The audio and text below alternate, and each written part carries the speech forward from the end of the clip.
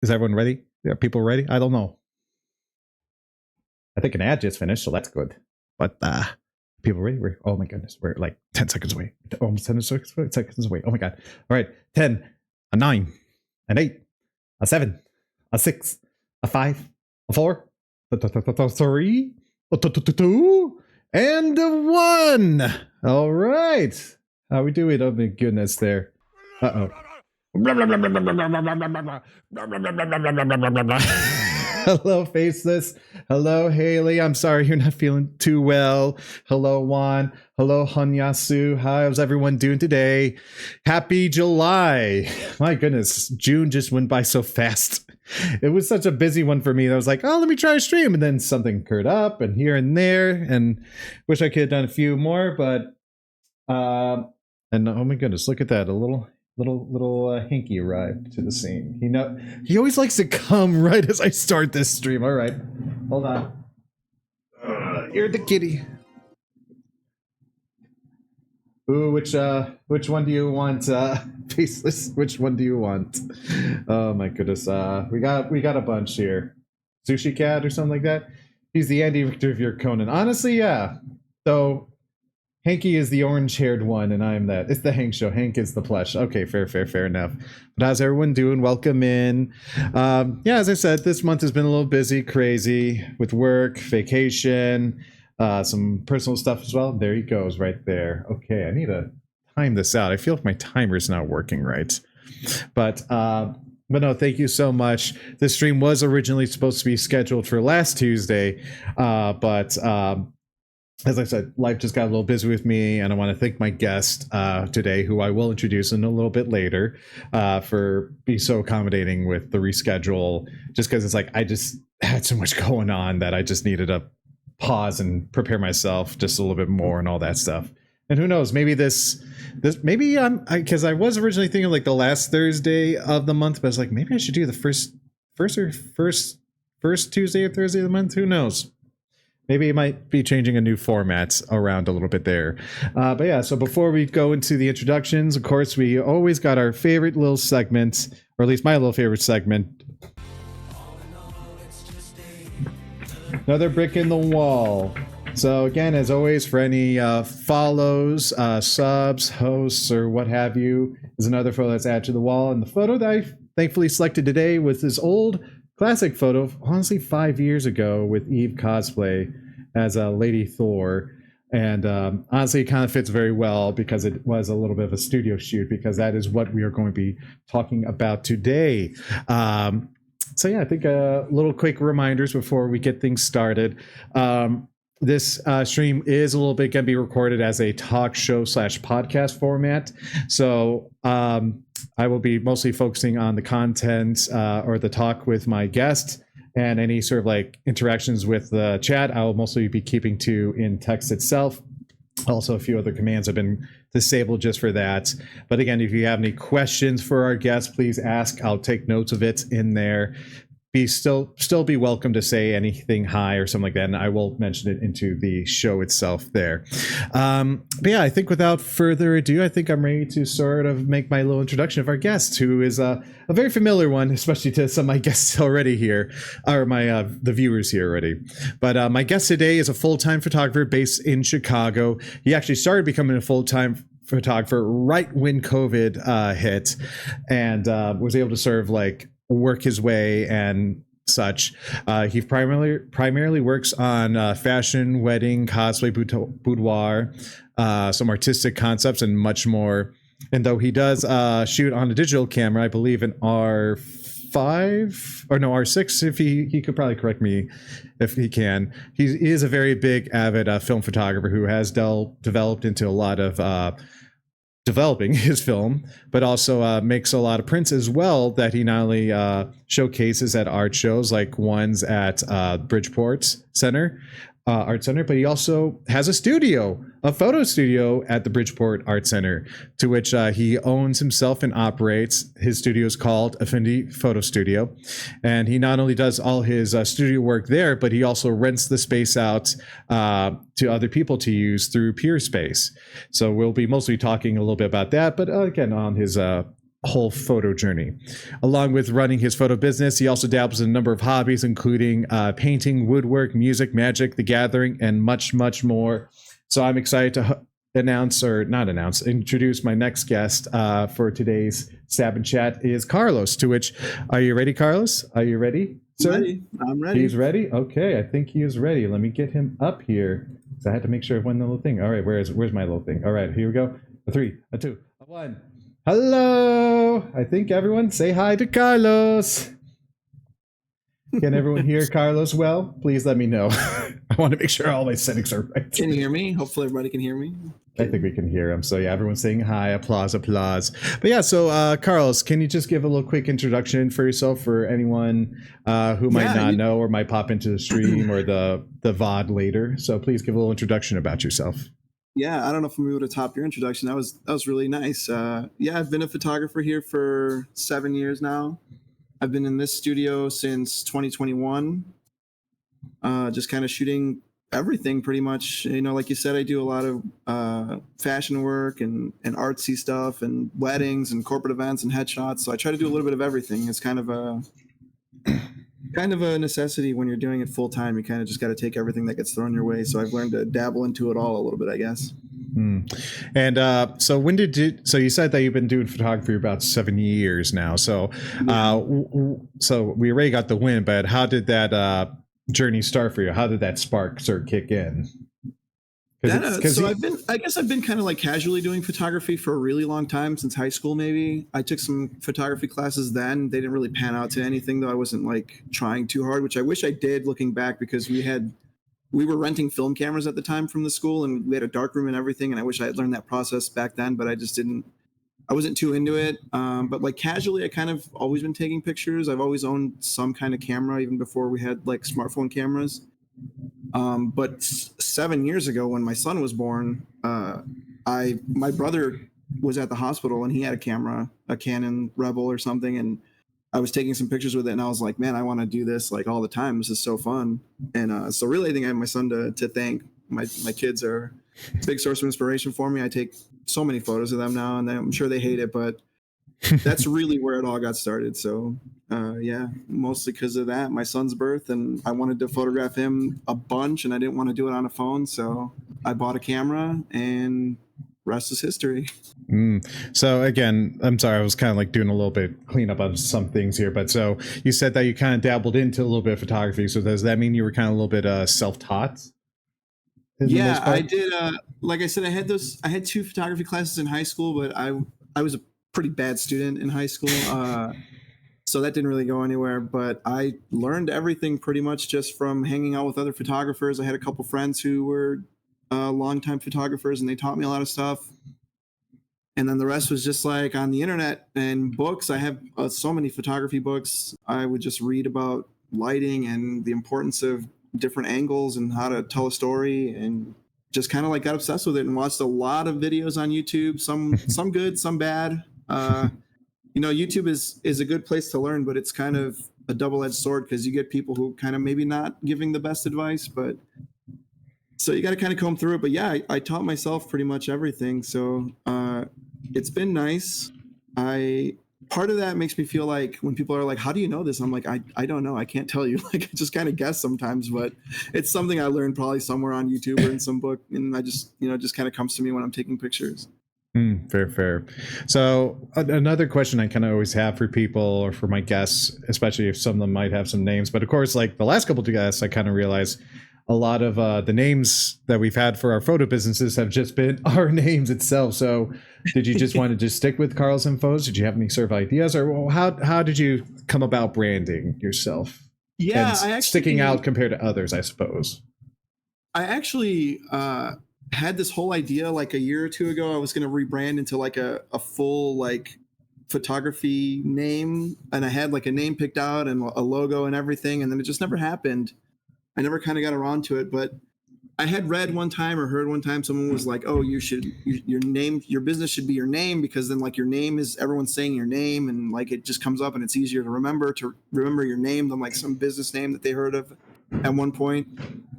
So I just chose Carlos M Photos, and then I more recently started going just my full name, just Carlos Martinez Photography. But yeah, it just kind of started like that. And I was like, okay, it sure makes sense. People should know your name. And I didn't want it to sound like too businessy. I didn't want it to sound like I was like this photo company with like multiple employees or anything. I wanted it to just be me. So I just went with my name. But I don't know if that rebrand will still happen or not, because I think now everyone just knows me by my name. So it's kind of tough to do something like that 7 years into it. But yeah, I just figured my name would be good. No, fair.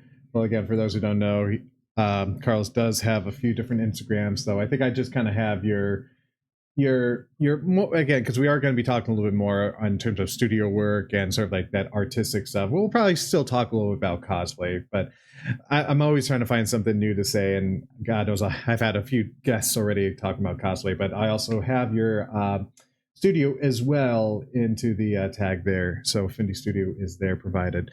So yeah, I think with that for ado, I think let's get right into photo editing. Does that sound good? Sounds great. So what are you going to be working on today? I have like 15 pictures here that I just chose from like recent stuff. Some of it's been seen, some of it hasn't. I got some stuff like from the meetups, some pictures that I really love. These haven't been seen yet. These Deadpool pictures. Oh, nice. A couple wedding photos, even just because I wanted to throw a little bit of everything in there. But a lot of recent stuff that I did with Rebecca. I've really been digging like the fine art style lately. So I've been doing a lot of stuff like that. So yeah, kind of like high-end portraits or something like that. Yeah, I kind of been digging that style a lot lately. So working on stuff like that. I don't do as much editing as I used to. I kind of like I kind of dialed it back. I didn't want to be spending so much time on the back end, so I kind of just like color things in Capture One, and then I try to do as much editing as I can in Capture One. If I really need to, I'll take something to Photoshop. Like a lot of cosplay stuff like this is more or less kind of like, I don't want to say boring because it sounds so derogatory, but it's just really just a picture on a white background, so it's not like really doing too much for the eye, I guess. But so this is something I would take into Photoshop after I'm done, kind of like cleaning it up here, and maybe add some stuff in the background, maybe do some composite work. But well, we will definitely talk about the editing aspects right there. Actually, it's kind of funny enough how like you do have all these different projects staged and all that stuff. Like my last guest, Anthony, like he definitely described like his backlog as if it was like making gunplas. It's like, you know, the stages of gunplas, if you will. So I kind of like love that analogy there. And even I have like my cooking analogy that I kind of describe how like different types of ways of your photo editing, whether it's microwave, skillets, or, you know, like oven or grilling. I don't know. So do you have any sort of like little what's a good one? Well, I'm sorry. I'm saying that's a good analogy, the food analogy. So I don't know. Do you have sort of like any fun like little analogy in terms of like photography, like ways to relate of either something that degree? I know that's a deeper question, I suppose. Yeah, that's pretty deep. I wasn't ready for that one. Okay. Not like fun analogies, but yeah, I definitely see where you're coming from. There's so many components that go to it, and there's so many different components that go to like every different kind of shoot, you know? So it's kind of like I don't know. I guess another thing I love is baseball. So I guess it's like waiting on a pitch, right? Like you don't know what's coming, but when it's happening, when it's midair, when it's coming at you, you got to figure out if you're going to swing or not. So okay, I like that. A little bit of a actually, where did I put my notes here? So a little bit of a sort of like pitching, or at least like at the bats, like waiting to see what job might occur, and either you'll get a grand slam, a home run, or you know, get a couple bases in here and there, but you know, just trying to get that score right there. I love that analogy. Sometimes you get those photographs where you're just like, wow. You're like, sometimes I look at my own pictures. Sometimes I'm like, oh my god, I can't believe I shot this. But you know, yeah, sometimes you get those grand slams and those home runs, and sometimes you strike out and you got to try again. So I guess I'll kind of start off with like the best way, because again, how I always have my streams here is like talking about like, you know, the beginning parts of a process, and then sort of like talking a little bit of during the shoot, but maybe kind of like a little bit in there. I guess a good question to start off with is so like I know you kind of come up with a lot of fun concepts that you try to do for your shoot. So what's especially for the studio stuff, what kind of helps you work with these ideas? Because there are definitely a few that I have, or well, a few that I've seen over time where you try to do a few different takes, and all in? So does it come to your head, or do you find a little inspiration? I get a lot of inspiration from the books that I have. I read up on a lot of stuff like that, and I have a lot of photo books that are just basically picture books from different photographers that I really love.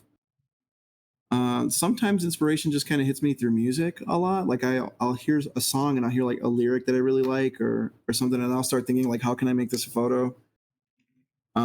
Conceptual stuff I haven't done in a while, but I do have some stuff coming up that I have some ideas for. But other stuff, I try to just like pay attention to a lot what other people are doing, or not pay attention to what other people are doing, rather. Because I find that like sometimes I'll see something and I'll be like, oh, I want to do that, but it's like I don't want to do exactly that because that person did that. So I try to like not pay attention to what people are doing and kind of just try to like let ideas flow a little bit. But they just kind of hit me randomly. But like the most consistent ones come from song lyrics for sure. Okay. Yeah, because there is always like some little bit of finding some inspiration in other works, but then you, again, kind of like what you said, you want to try to find your own little twists or things, but then, yeah, no doubt, like, because that is like one thing I've kind of learned where it's like not too many things are original. We're either like mimicking another artist's style or things, or just taking homages, if you Right. will. But anyway, so you have like a concept, you have your idea right there. Um, how do you sort of like prep for those kind of shoots at all? Do you kind of like coordinate with someone, or because like Yeah. Usually, I'm guessing for these artistic ones you probably are more reaching out to talent than it being like a yeah. book shoot or something like that. Yeah, stuff like this, or anything that I have like kind of like conceptually, I just kind of reach out to like a friend or someone that we know, and just like, hey, I have this idea, I want to shoot this thing or whatever. And usually they're it's either yes or no, right? But I'll once they agree or they know kind of where it goes, I try to bounce ideas back and forth and like also try to let them have some like creative control too, because I like to collaborate, right? So but yeah, I kind of just try to bounce some ideas and then I start getting ready. Like if I need stuff, if I need some kind of wardrobe or some pieces for it, I'll try to figure it out. Like for this shoot here, I had this skull Ooh. 3D printed, and then I asked on Instagram like how do I weather this thing, and I got so many responses, which was great. Like it was incredible. A lot of people gave me a lot of good ideas about how I could do that, and so I weathered it, and it looks great. Like it looks so real. Did you do the tea So that was bag method? I did like a wash. Like I had Hmm. black, brown, and green paint that I just mixed until I got like a brownish that I really liked, and I just mixed it like with water, and that was it. Someone said to mix it with hand soap, but I didn't do that. I just mixed it with water, and I made it like pretty wet, and then I just took a like a really thick brush and I just kind of brushed it on and let it sit for a little bit, and then I took a towel and I wiped it off, and I just did that like I don't know, a bunch of times, and then later on that night I went home and I took like around the edges. I just used some brown paint with like a brush that I tried to keep like really dry, Hmm.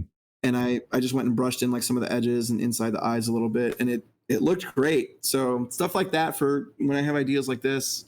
Sometimes I'll do stuff like that, or like I said, if I need something like chains or backdrop or something, I'll go pick that up. And then once we kind of get further along discussing, then set a date and figure that out. And then I try to figure out lighting kind of as the shoot's happening. I sometimes I have these like go-to lighting setups, but sometimes it stuff changes or something looks different or looks off, and I'll start moving lights around. So that's like my biggest thing. I think anyone who's worked with me knows that like I spend more time moving lights around than shooting, I think sometimes. So I'm guessing a lot of these concepts, because I guess one of my questions was like, do you prefer locations or studios? But obviously today's episode is more focused on the studio aspect. So Yeah, I guess for a yeah. lot of your concepts, do you usually prefer to keep it in studio just because again you have more control, or would you do a location depending if it calls for the demand of it? Yeah, I actually spent like the last year and a half just like strictly shooting in the studio because for me, it was like I have the studio space, I should be there, I should work there. So I come here a lot, and it's easier to control the light here and control different aspects of what's going on during the day here. Like it's easier to focus and concentrate a little bit. Sometimes there's not a lot of distractions. But lately, I've been like itching to go more like location based. Hmm. So I want to do some stuff maybe this summer on location. But yeah, I try to do a lot of stuff here. But having the space in the winter is like really nice because I can just be here and it's easy to shoot inside and be warm and not be outside. So No, or for you, A little like, bit of both, but yeah, I don't prefer one or the other. I guess I'll do either, but I have spent a majority of my time shooting here at the studio. fair. Yeah, no, it's that little bit where I agree. It is a seasonal thing where it's like, all right, so now it's summer. You want to do all your stuff, but also sometimes it can be a little bit overburdening, and even sometimes schedules for people can be a little bit difficult depending on the Yeah, location. But then, and again, that's kind of like one thing I try to do a little bit more in winter. Is like I want to try test out some indoor locations more, just to keep some active stuff going on. But when the weather's still not favorable into that degree. So yeah. I guess to my next question, as we're talking a little bit about like the whole studio work, I suppose what made you want to decide to go into to be a full-time photographer, because that was around like 2020, correct? And then I guess to Yeah. lead up, how did that lead to you owning a studio, I suppose? Yeah, it was a questionable move for sure during COVID to go full time. So I was a logistics coordinator at a place near my house where I used to work for like 12 years, 13 years. Mm, And I had already started doing photography. It was 2018, and I was doing it just kind of on the side, and I really enjoyed it, and I was doing some good stuff. And then COVID happened. I got hurt right when COVID happened, so I missed like 3 months of work right when COVID started. And then when I went back, everything was like very different because I hadn't been at work since COVID started for 3 months. So mm, when I got back, everything was very different, and I could already tell that we had lost some people, and they were talking about these like big layoffs and all that. So I was kind of preparing myself a little bit. I didn't think it was going to happen, but they were like, "Hey, we can't really keep you at your salary." So I got let go at the beginning of 2021, and at the mm, time I was already looking for a studio with another person. And right when I got let go, we found this space, and I was like, "Hey, I don't know if I can do it anymore. I just lost my job, mm, and it's kind of risky." So he was like, "Oh, come on, let's do it. Like, we can do it. It's fine. We'll make it work. We'll rent it on Peerspace and all that." And so I just kind of talked to my wife about it, and I was like, "Hey, let me try this for like a year. If it doesn't work out, it doesn't work out. I'll find another job or something." But it just kind of took off, and we started renting it, and it was doing well, and we were getting jobs and stuff. So, and then meeting other people here and getting more work, and it just kind of like snowballed. And it was slow in the beginning, like really slow, obviously with COVID and stuff. But as the years kind of went on, stuff kind of started popping back up, and more jobs were coming in, and more people were renting the studio, and I was able to kind of afford what was going on here. And then like a year ago, my partner left, so now I'm here by myself, which has been a challenge, but mm. things are still rolling. So yeah, I kind of just went full time. Just like when I lost my job, when I got let go, I was just like, hey, let me just try it, and just kind of been doing it ever since. Mm. And sometimes Definitely a leap of faith, but I think in a lot of cases, I think that leap is worth it. So it is a high risk, but I think that also just pushes people to really go for it in those cases, because it's like, all right, it's all or nothing at that point, and you got to yeah, try to do your best to make it succeed. And I think you are, especially because thank you're you. running like 4 years now, over 4 years. Yeah, about yeah, it was almost 4 years. Yeah, in October. But yeah, 4 years into being a full-time photographer as well as owning the studio, correct? Yeah, yeah. Okay. So I guess a good question would, some people kind of wonder, what is the daily life of a full-time photographer? Do you wake up? Do you answer emails at this time? Do you do this or do you do that? Or is it just kind of like, let's just see what goes on with the day? I keep it pretty loose. I do have like somewhat of a schedule that I try to stick to, because if I don't, I'll kind of just like stay home and not do anything. So I treat it very much like a 9 to 5. So I wake up in the morning, and during the school year, I'll take Daniel to school, and then I'll right from dropping him off, I come here. I'll stop down at the cafe. I'll get like some coffee and maybe something to eat, and then I'll just answer emails for like an hour. And then a lot of it is just coming in here and keeping the space clean, making sure everything's like put away. Especially after bookings, people kind of leave stuff out, or if I've shot something, I leave stuff out, and it's kind of a mess. So it's so much cleaning. It's like I posted a reel one time of me cleaning up the studio, and it got like an insane amount of views. And no, I think I think I do remember that time lapse video. It was like one of your early like reels that you did, correct? Yeah. And that it's like that's a lot of it. It's more than I care to admit is cleaning up the studio, but you know, it's just making sure that accommodations are nice and that people can come here and it's clean and it's ready to go. So I'm always constantly kind of trying to move stuff around too. So a lot of it is like moving stuff around and just making sure things are good, and then just general art creating. Sometimes I paint or I draw or I just make pictures of whatever. I'll take some portraits of myself or whatever, you know, try to get as many leads as I can from other people. So I get a lot of stuff from the cafe. So sometimes I'm just down there shooting stuff and taking candids for them. And then during the school year, I do a lot of like stuff with high schools and like candids for them and headshots for the staff and stuff like that. So it's kind of, like I said, it's a kind of a loose routine, but I try to treat it like a 9 to 5. So like all my setup is here. All my editing stuff is here. So if I don't get it done by like 5 or 6 o'clock, it's waiting until tomorrow. Cause I try to like separate this from being home also.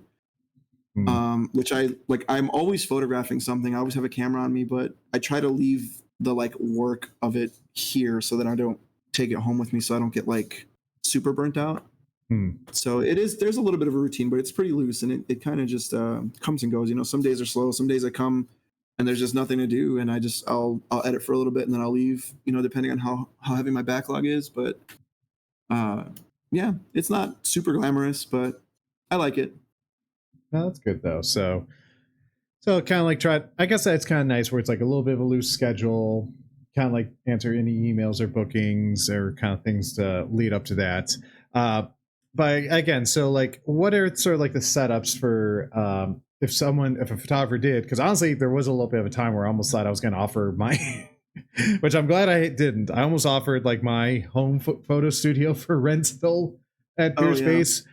I almost like was about to set something up on Peerspace, but I'm kind of glad I didn't. And then I got like people asking, "Can I do like a glitter bomb shoot?" And I was like, I mean, technically you could because this is hardwood floor, but I'm like, oh goodness.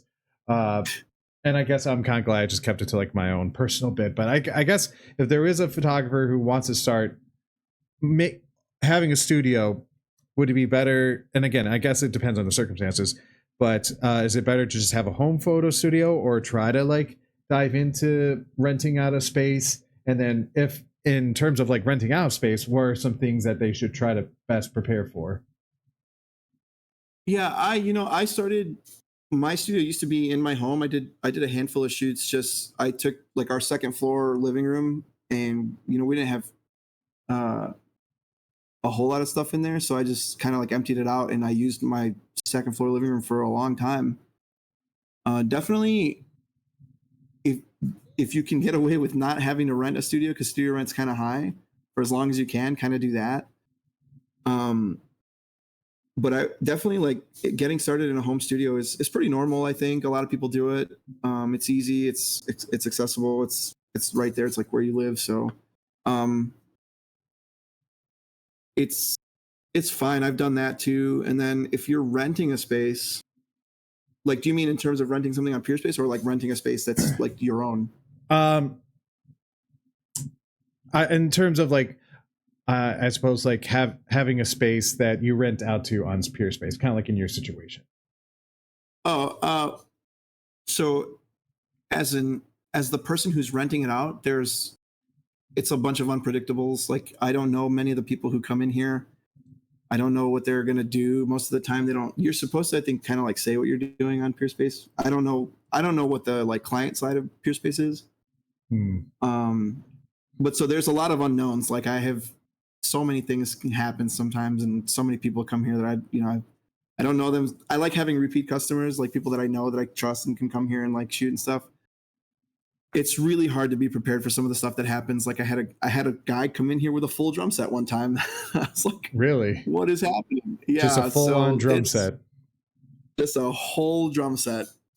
He requested to book the space on like a Sunday night at like from like 8 to 10 p.m. And I was like, okay, like that's fine. Like I have the hours set to pretty much whenever, so like I'm okay letting anybody in whenever. But he posted that he was shooting a music video, and I was like, okay, like I've had people do that here before. It's not super crazy or anything like that. So I've had a couple people come do music videos here.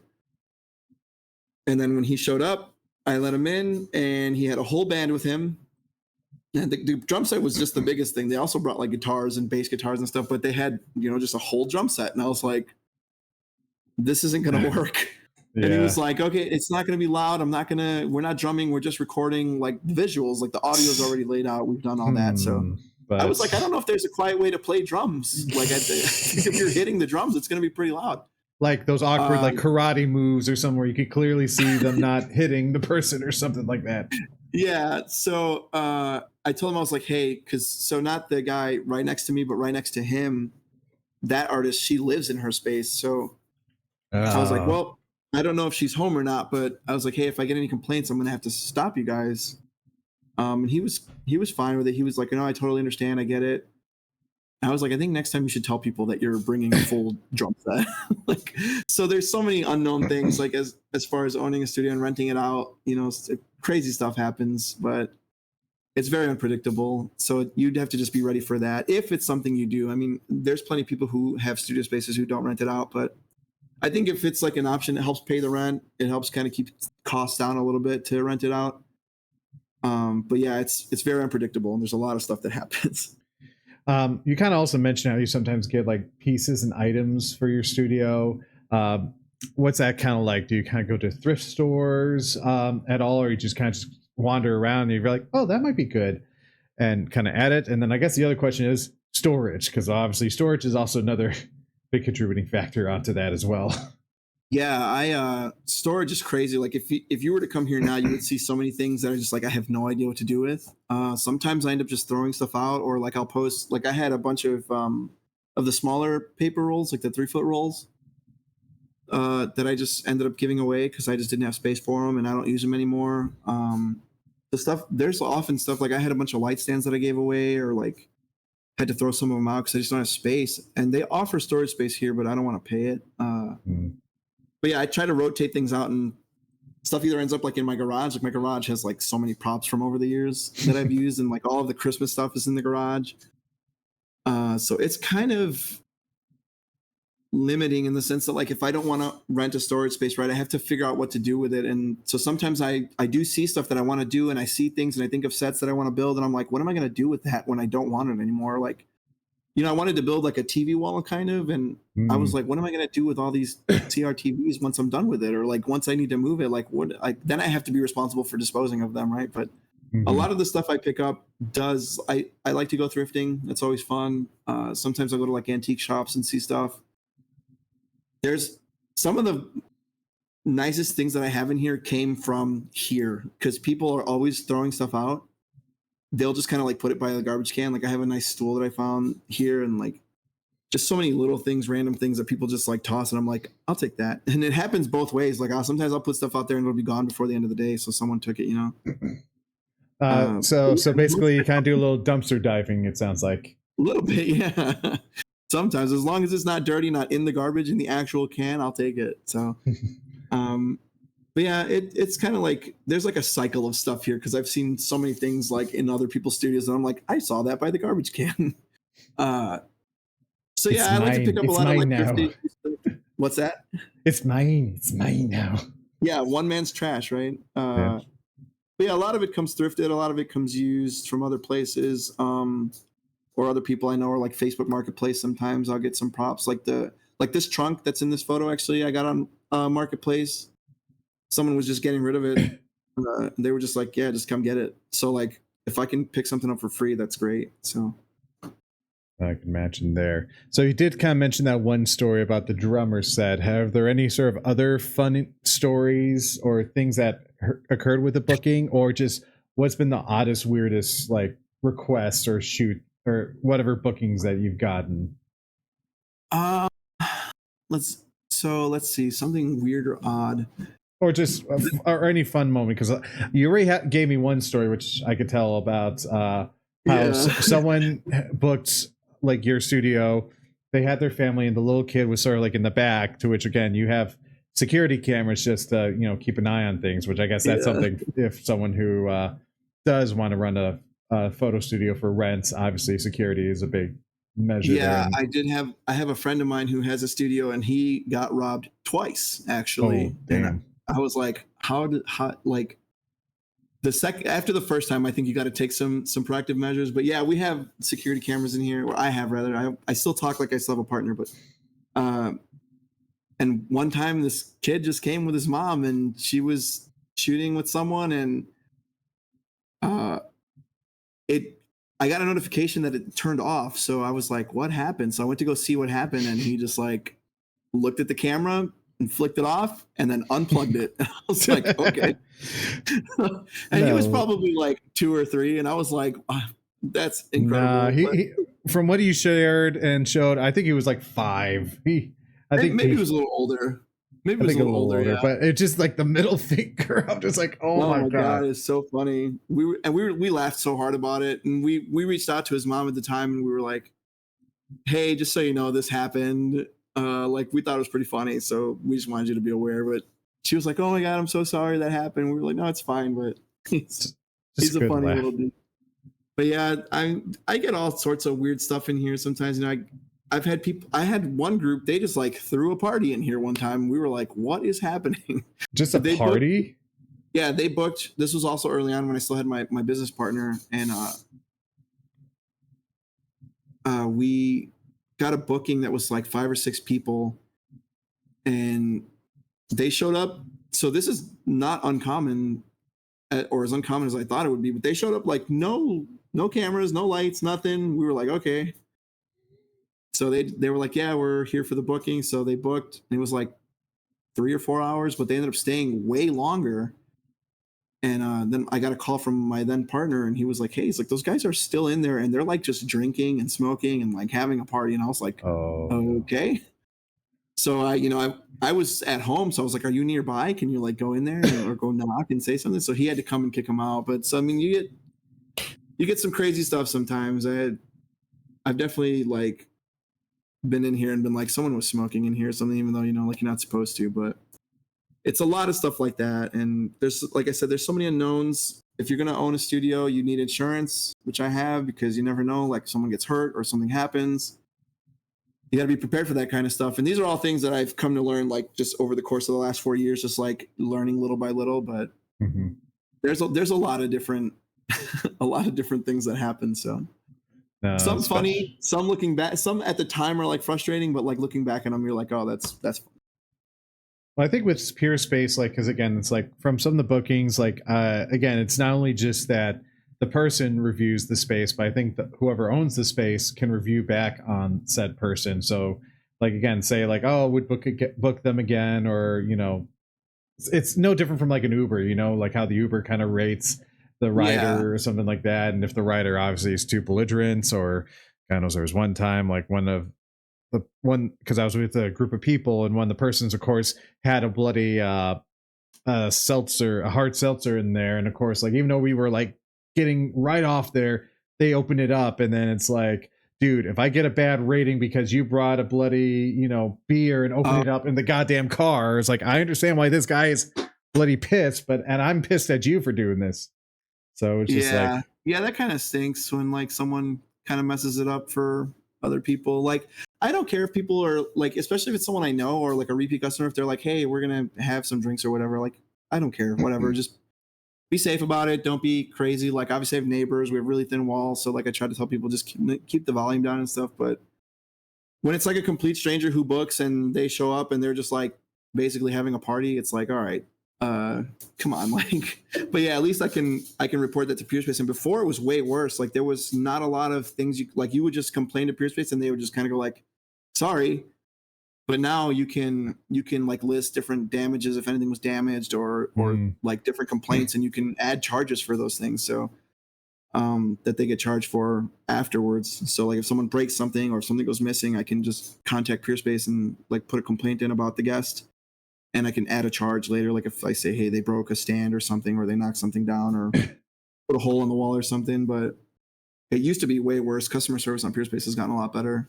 That's good, or at least more on the owner's side, or the people. Yeah, because I imagine they want to like have their customers, like the people renting, be happy, but then it's like, oh yeah, I guess the people who are having these spaces for our services or something like that, they should try to be a little happy as well. So we need to try to find a good middle ground.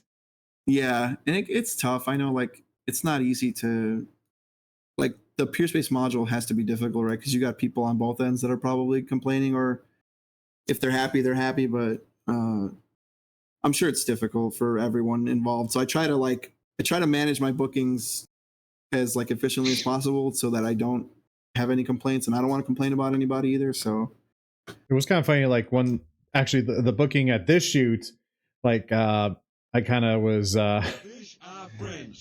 actually funny enough and so basically like we did the shoot, it was all fine and good, but then I kind of noticed because and again I'm kind of getting my like grip side of work where I'm like I'm adjusting like this like light stand or something like that. I'm like, this thing is turning for some reason, like when it should not be turning. And then I looked and it's basically missing like a locking nut or something in there.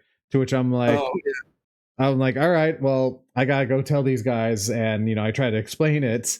And they're like, huh? I'm like, well, so just quick FYI, just because I deal with this at work all the time. Like you need to you either just need to tighten this like nut up a little bit or this like lug in here a little tighter. Otherwise, it's swiveling around there. Or as I showed an example, I literally lifted it out of the shaft or something like that. So it's like, oh yeah, so I'm like yeah, this. that's dangerous too. No, exactly. So it's just that little bit of just like I again I was like I'm just giving you FYI. I just see it here. Just try to just get an Allen key set and just tighten it up. That's just all you gotta do, whether or Yeah, not they did or not. But I'm just like, and again, it's like I kind of like that little bit of gear maintenance or something like that. But still, um, yeah.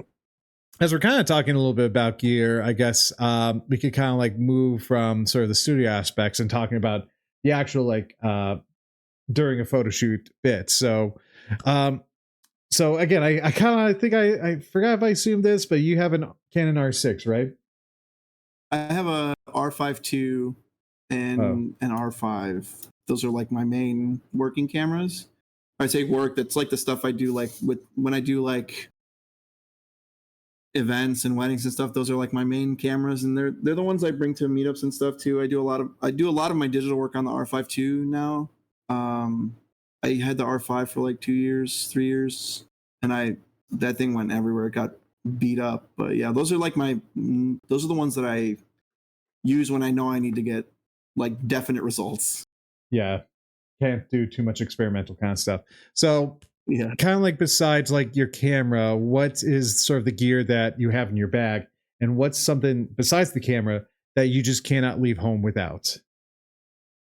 I know for me, I kind of carry like a little multi-tool with me. I even like one of my bags I have, I just recently like got like a cord bag just to like keep Mm. all my cords organized so that either like if I need a spare cord or chargers, I kind of keep the extra batteries saved in there.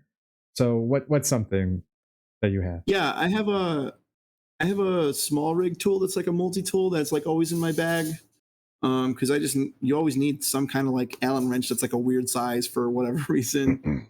So I keep that. I definitely I never pack a bag that doesn't have some kind of flash in it, like an on camera flash or a small off camera flash. Um, those are like non-negotiables. I always need to have some kind of flash somewhere because I never know what I'm going to get into and I never know what I'm going to need it for. So usually at least an on-camera flash all the time. But my bag is pretty small, so it really only fits like both camera bodies and 3 lenses. And then I have the other thing I never leave without is a case for SD cards and CF Express cards that has a bunch of backup cards in there because my biggest fear is that like a card is going to crap out during a shoot or something, and then I need to have a backup. So No, I'm very that's big. I'm a very big two is one is none guy. So so no, that's kind of the same where even in that bag it has like slots for like memory cards. I was like, I should just buy more memory cards and just have them scattered all about. Like have one in like yeah, just one in like my external hard drive here. I do have like a little case as well. So just better to have more than less. yeah. I try to keep as many as I can because, like you said, it's just you never know. So I have some here. I have a lot in my bag, and then batteries, like as many batteries as I can get, and then a battery charger, because if I'm somewhere where I can plug it in, I'll just plug in. But yeah, those are like my must-haves. That's pretty much what's in my bag all the time. Depending on which bag I'm taking, I have another bag that's like just film stuff, which we can talk about when we talk about that. Mm-hmm. And so, like, I guess when you're doing your booking work, is there a certain lens that you like to use a lot, whether you just stick with primes or variables, or to that degree? Yeah, And again, it depends on the job. Yeah, I only had a 24-70 for a long time, so I shot everything on that, and I got really used to that, and learning like where I can shoot wide and long with that lens, and where like different angles I could shoot with that lens, and really learning like the furthest reaches of that lens, doing especially shooting like graduations and stuff, because you'd be behind a crowd, and it's like, can I reach this? And so you have to learn kind of move a little bit. It's kind of like shooting with primes, you got to move with your feet. And then 2 years ago, I think I got a 70-200, and that lens was just like on my camera all the time for a lot of stuff. It was very good. It's really good for which lens? The 70-200. So I used that a long time, and then I just got an 85 millimeter that I really love. 85 is like my favorite focal length, and I used to have one when I was shooting on Nikon, and then when I switched brands, I got rid of all my Nikon lenses, and then I only had the 24-70 for a long time. So I missed 85 for a couple years, but I finally have it again after a long time of saving up for it. And that lens is just like lives on my camera now. It's so nice. I love it. No, I've been kind of dabbling with my, like, I forget the measurement, but I think it's like a 70-200 as well. And I use it like the other week, or I've been using it a couple times, and I do love the results. But of course, you either need to be on location for that kind of setup and all that stuff. Yeah, it's long. It's long. You got to be, if you're shooting 85, you need some space. You're definitely not shooting like in a small room or anything. But getting that like depth of field on that lens is like beautiful. It looks great. It kind of worked during that sort of like little event there.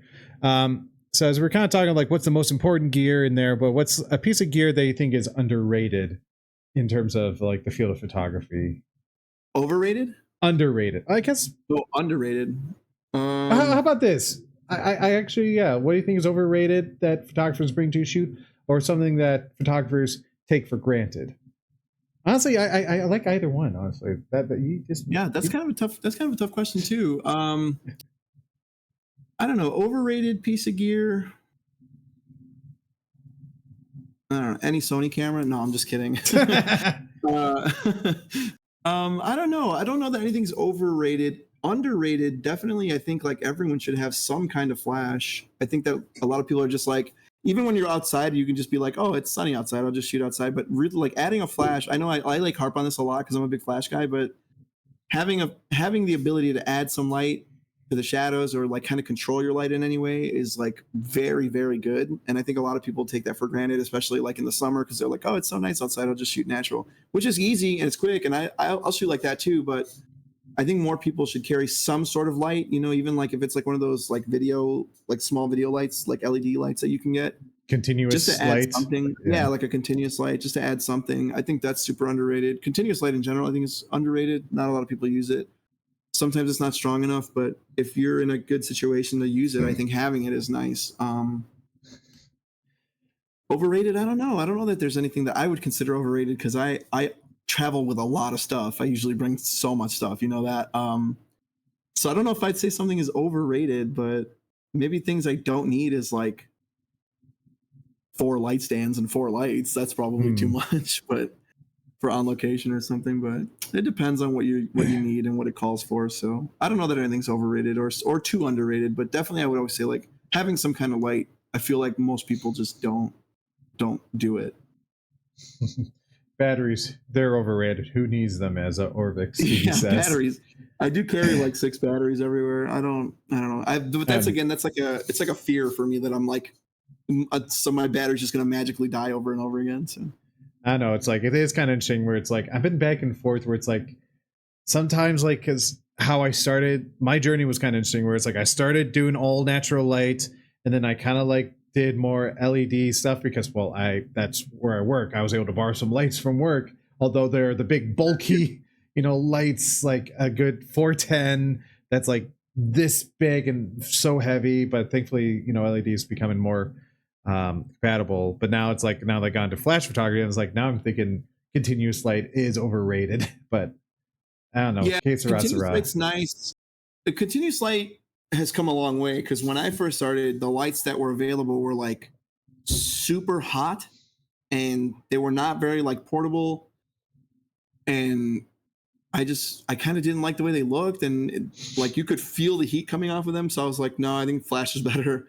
But LEDs now, like some of the newer aperture lights and some of the nan lights and stuff like that, they're super nice, and they're really nice, and they stay cool and they look great. So I don't know, it's a preference thing, I guess, but I prefer flash because I think you have more control. I think you can do more with a flash than with a continuous light. I think a lot of people just like the aspect of like, all right, I could just know what color scheme it is, just lay it all out, and then just shoot it as is. Though at the Yeah. same time, it is kind of like that little bit where it's like, I always found it sometimes a little awkward to like set up, or sometimes you do need someone to hold them because, again, this light is continuously running. So it is kind of like that little bit Yeah. where to that aspect there. But oh no, it's kind of funny enough where it's like how I got my Loom Cube that I used to have, and I did try to use it, and it was kind of nice for like some little small effects. So like, say for example, like someone has like, holding up their hand, and it's like I'm expecting like flame or something like that. So like I literally would have like that be shining there. But now it's like this thing has been finicky on me on set where it will be running, like the battery would just randomly turn on, the battery would just die on me. That I'm just like, it is literally being used as my key light for streams now. So it is that bit where it's like, all right, let me try to replicate this for this Todoroki shoot that I did. To which honestly, I feel like especially now that I carry like light stands and can stick them on there, it's like I felt more ease trying to like do that lighting effect. Or though, albeit I still have not edited those photos yet. I'm still in the process of my backlog. But Yeah, Loom cubes were like super popular for a while too. I mean, there was so many people who were making like these really nice pictures with them. I feel like if you're in a darker place, like a darker area, they're probably they feel really nice. But I don't know. They were so small that I never tried them personally, so I don't know. You can correct me if I'm wrong, but they were so tiny that I was like, how are you getting so much light off of this? But I mean, some people just work their magic. Was it that like Monty the Gator shoot that I did at like ColossCon North in the dark arcade? That was lit by like my Loom Cube, and it was just enough to like do that, like that pop of light that was needed on them, but not too bright. So it's like, it is like that circumstance like, okay, that continuous light is nice, and I'm trying to think how would I recreate it with flashes, but I feel like if I were to do flash, it would just be too much. But que sera, sera.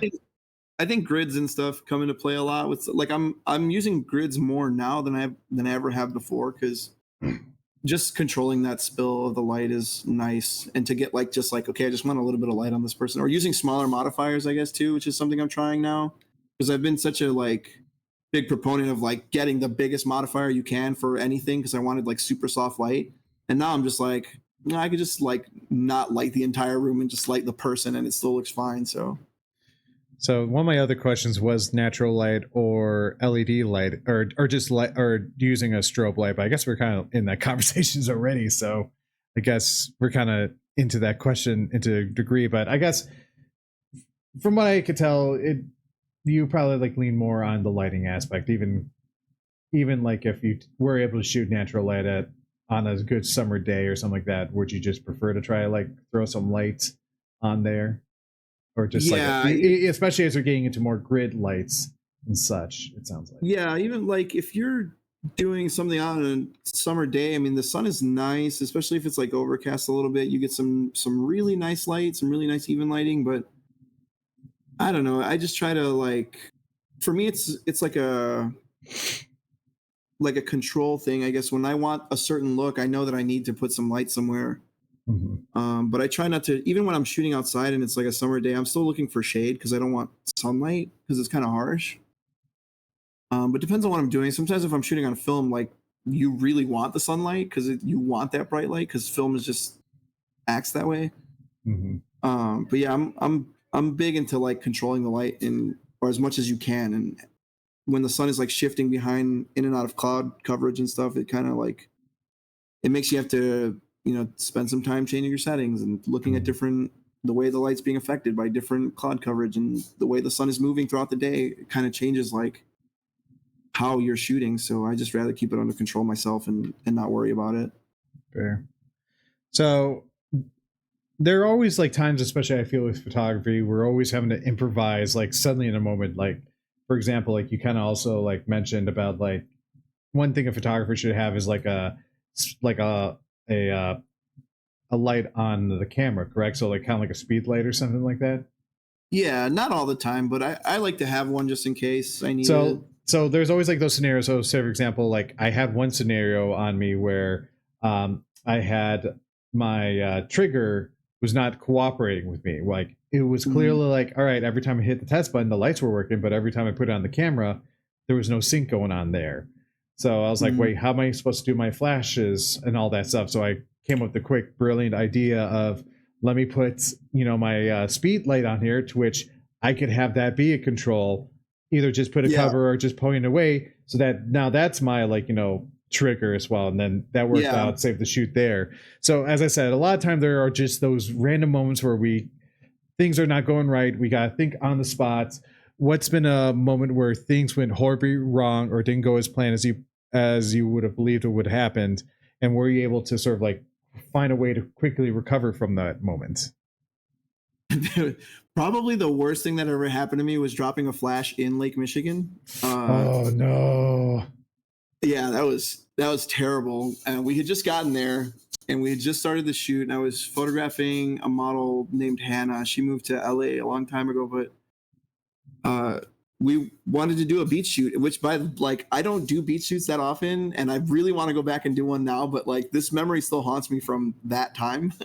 Oh no, and I can imagine. We had just got there, and I was like burying my light stand into the sand, and I had sandbags and stuff, and I had again just this giant modifier because I'm like, oh, I need the biggest modifier ever, which is like a sail in the wind, especially at the beach.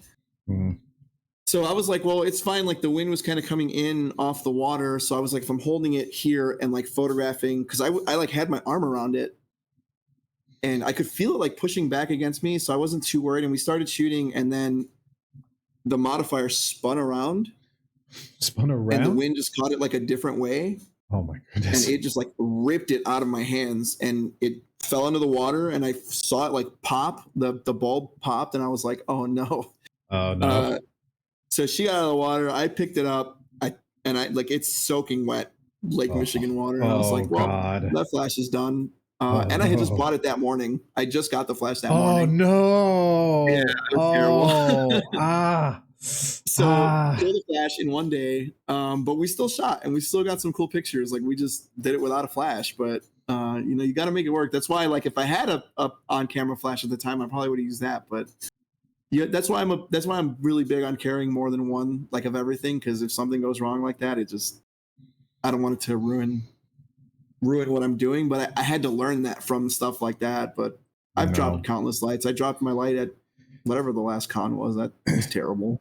ASIN. No, yeah, we all suffered from ASIN because it was just bloody windy. I had it personally myself because I forgot to put my blood. Because again, what I do like about like my peak design, like it's nice, like it has a wider spread, and it has a hook underneath to which I could just which I usually just put like my camera bag to use as like a weight under there. Sometimes like maybe the light might like sink in or something like that. But either way, like how. And of course, just like in lieu of the moment, I thought, all right, it's kind of calm now. I don't need to put a weight on it. And lo and behold, it tips over, it breaks. And honestly, it was a very cheap umbrella. The cheap umbrella, and then breaks the like lamp in there, like your Westcott that you sold to me. Yeah, at least those are like. And that's already taken a beating from previous years. Like God knows, like I was at like Dragon Con, I was already having like the top because I was like trying to use it to like lift it up with that like that attachment that like the 10-inch octagon, or I forget what the measurement is. You know what I mean? The little one. Yeah, that little one. So like for some reason it was, I guess there was enough, because of all that movement, it was causing weight, and that like front parts that connects into it was starting to like break off, to which I'm like, I'm seeing the inside of the internal mechanisms or like the computer data in there. So I was like, what the heck is going on? And so like I literally like pushed it in, it worked, and I'm like, I'm taping this up. I gotta make, even though this is a resale or a hand-me-down, if you will, I'm making its money's worth out of it. Yeah, no, that's rough. No, but it's a rough life, man. So Juan said his lights out for y'all. Yeah, lights off for all y'all and all that stuff. So yeah, that was a bad weekend win wise, but yeah, those are bad luck things that like, that's when you learn to carry more than one thing, or some kind of problem solving thing, but it happens. So I'm going to switch a little bit courses here, because I honestly forgot to do this at the start of the stream. We need to do a little bit of explain that gram, because I realized, oh my god, I did not do that at the start. I just kind of went right into photo editing. It's like, shoot, let's do this. So yeah, let me pull up this image right here, to which I'm going to quickly switch over to my full screen here, but I can just turn off the guest screen right over here. Where do I have that? There we go. Oh, that's not that. This is a good one. Yeah, let me see if I can pull up. Where the heck? Full screen display capture. There we go. So let's see. I was like, how did I do this last time? I'm trying to remember. But yeah, so there we go. So yeah, so kind of want to talk a little bit about this one photo that we have right here, of titled in front of the lens or what have you. So can you talk a little bit about this image? Can you hear me? Yeah, that's yeah. Sorry, I was trying to read the caption. I couldn't remember. Yeah, that's I don't think her name's Valerie. She's been at some Cosmetup stuff before too, to photograph stuff. She's a photographer. Oh, have they? I didn't even realize. Yeah. So this image was super cool. I was really happy with this one. I've been experimenting a little bit last year with some double exposures where I was kind of like taking pictures of flowers and stuff like that, and then using it in a double exposure with a person. And so I think I explained it to her. I said, we were shooting something else, and I said, hey, I want to try something, because I just bought those flowers that morning for a different part of the shoot. And I was like, hey, I have this idea. I've been experimenting with this like double exposure stuff. And she was like, yeah, let's do it. So I had set up a V flat behind her on the black side. So it was totally black, totally dark. And then I took a picture of the flowers by the window so I could get like the brightest parts of the whites, because I knew that was the parts that are going to show up in the shadows of the double exposure, which is how double exposures are made, for anyone wondering. So I was like, I had this idea. I want to make it look like you're wearing a flower crown, but I want like no flower crown. Like I'm just going to take a picture of the flowers and then do a double exposure where they're on your head. So it took us a couple of tries to get it to line up right. But then I took this one and it just lined up like perfectly. And I was like, that's incredible. I loved it. So that's one of my favorite images ever. And was this on digital or film? That's digital. Yeah. I'm waiting for the day I can nail something like that on film, because it's pretty difficult, but no, fair. It's fun because they're two different exposures, right? So I had to light differently for the flowers and then light differently for her, because I had a flash on her. And I could see that, where it's like, I could see the shadows of the flowers where it's like, okay, kind of trying to match to her as well. So it's like, I can imagine it's not like just imposing an image, but again, that's always like one thing of like, you got to be mindful of the lighting, trying to make sure it's a similar. So wait, so you took the photo of them. Remind me, did you take the photo of the flowers beforehand or after? Flowers were first. Okay, so you kind of like mimic the lighting. Yeah, because if you want the highlights of the first image to come up in the shadows of the second image. So I don't remember if she had it on, but she had a black hat on that day. So I don't remember if she has it there, but her hair is very dark anyway. So I knew the way I had it lit, that part of the frame was going to be dark. So I had to like line up the flowers into that like top more left side corner, because I knew where I was going to place her. And then, yeah, like I said, this one just lined up perfectly, because the first couple ones were off by quite a bit. Oh, fair. Yeah, they're fun though. I'm trying to think. Okay, which one do we have that's uh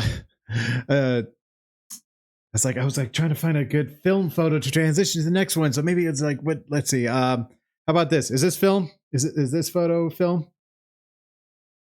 No, that's digital, but that Oh was a my god. fun one Okay, too. okay. Which one's film? Which is Let's there? see, I could probably point you to a film one if you go to the full page. That's not film either. I Okay, wish fine, that fine, was fine, on fine, fine, film. fine, fine, fine, fine, fine. All right. So, um, Let's see. Oh, that one of Blueberry, the blue haired one above that one on the left okay, side. Yeah, that's film. okay. Let Oh, me those are both film see. actually. Or just Blueberry's photos are film. Those are All film. right. Yeah. All right. Let's see. I'm trying to think like what did I save that was film or not? Or That again, flower one is film too. this one. Yeah. Okay, okay. I'm trying to think that's another one because as I said, I'm That trying to was, transition to. yeah, yeah. Let's see, The which one? ones of Libby or Count Elizabeth are film too. The Yeah, hands are film. Yeah. A lot of the black and white stuff is film. black and white stuff is film. That's a good conversation piece. Is the ghost one film at all? Yeah, those are film. Those are awesome. That was Colby and Izzy. Okay. Okay, I'm trying to think what's a good film one to family talk about. Is this one film? Or is that That's digital? digital. That's digital. Yeah. Okay, because yeah, you said it was black and white. That's okay, Yeah, a lot of the black okay. and white stuff is film. I shoot a lot of black and white film. I don't shoot a lot of color film. I'm Fair, starting fair, to do fair. more now, but So all right, let's go with this one here with Count Elizabeth. If I can get the zoom in right. There we go. So all right, let's talk about I guess kind of like going like the idea of the concept of this photo as well as shooting this into film, and then we could transition this into our topic of film.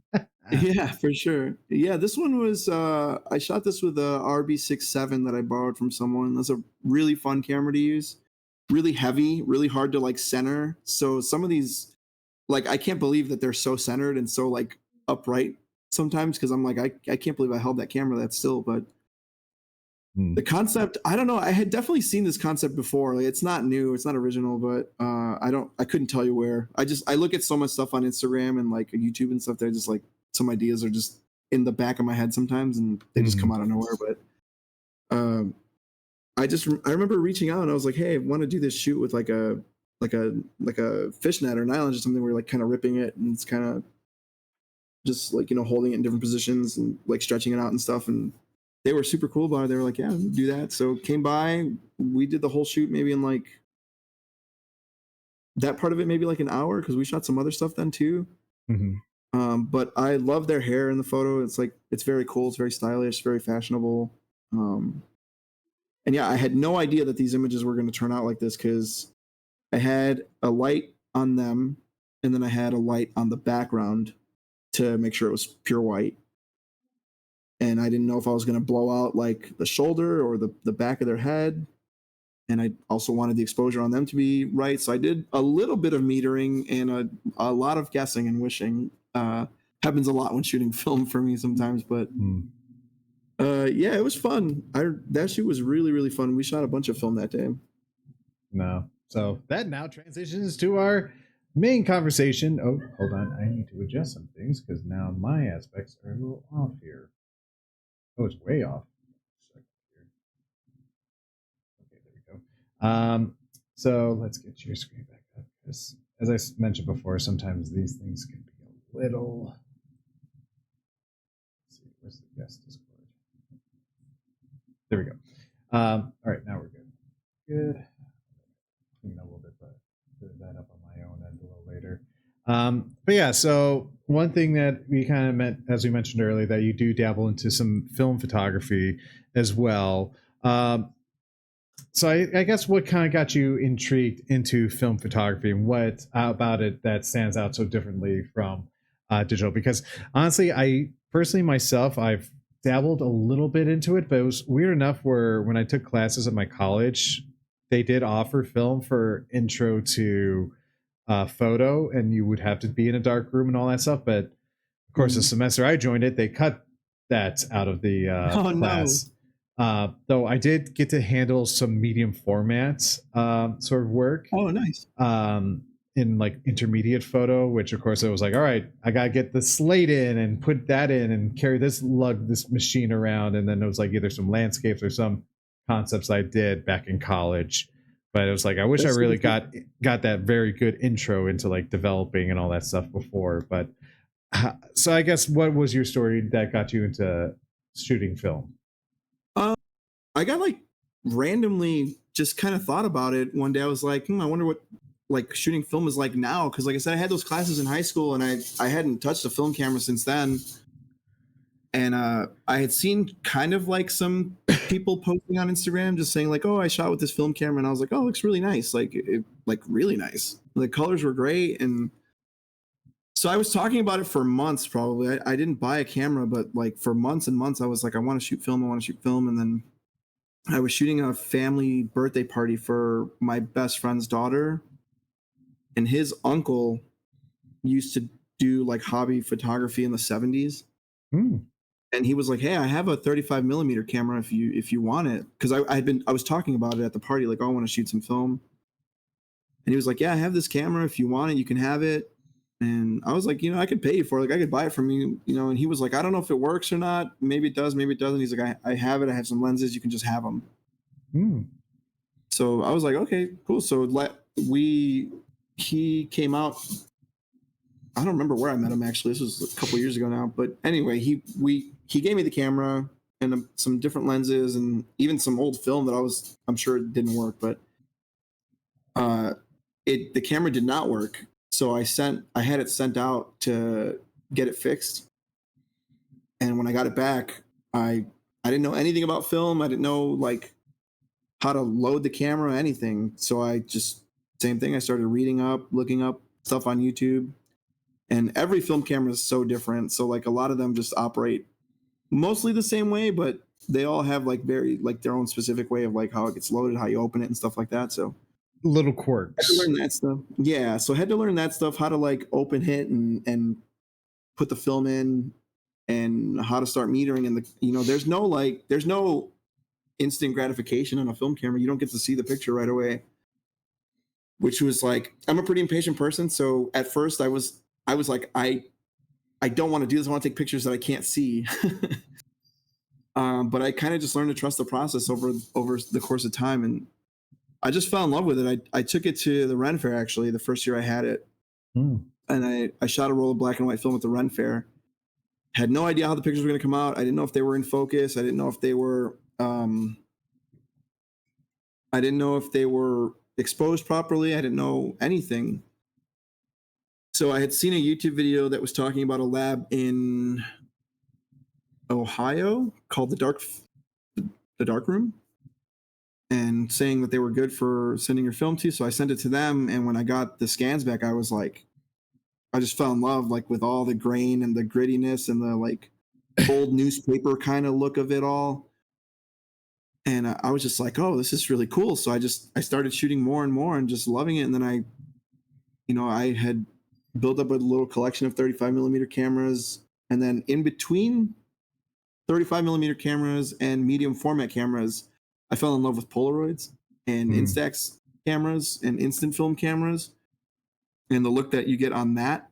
And it's just different. It's even when I try to emulate it digitally, just the feeling of like looking at the film and having something tangible, there's so much digital pictures that, if something happened digitally, like you lose everything, right? Or you wouldn't have anything.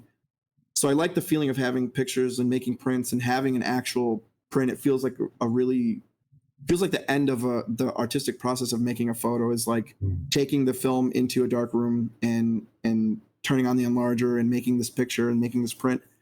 And there's no feeling like when you see that print come alive in the chemicals, you're just like, it's magic. It's really magic. And it looks awesome. And so I got like hooked on that feeling, and I've just been shooting more film over the years, and I love doing it, but it is very expensive. So I have to cool it, but I love doing it. So anytime I get to shoot on film, I'm very, very happy about it.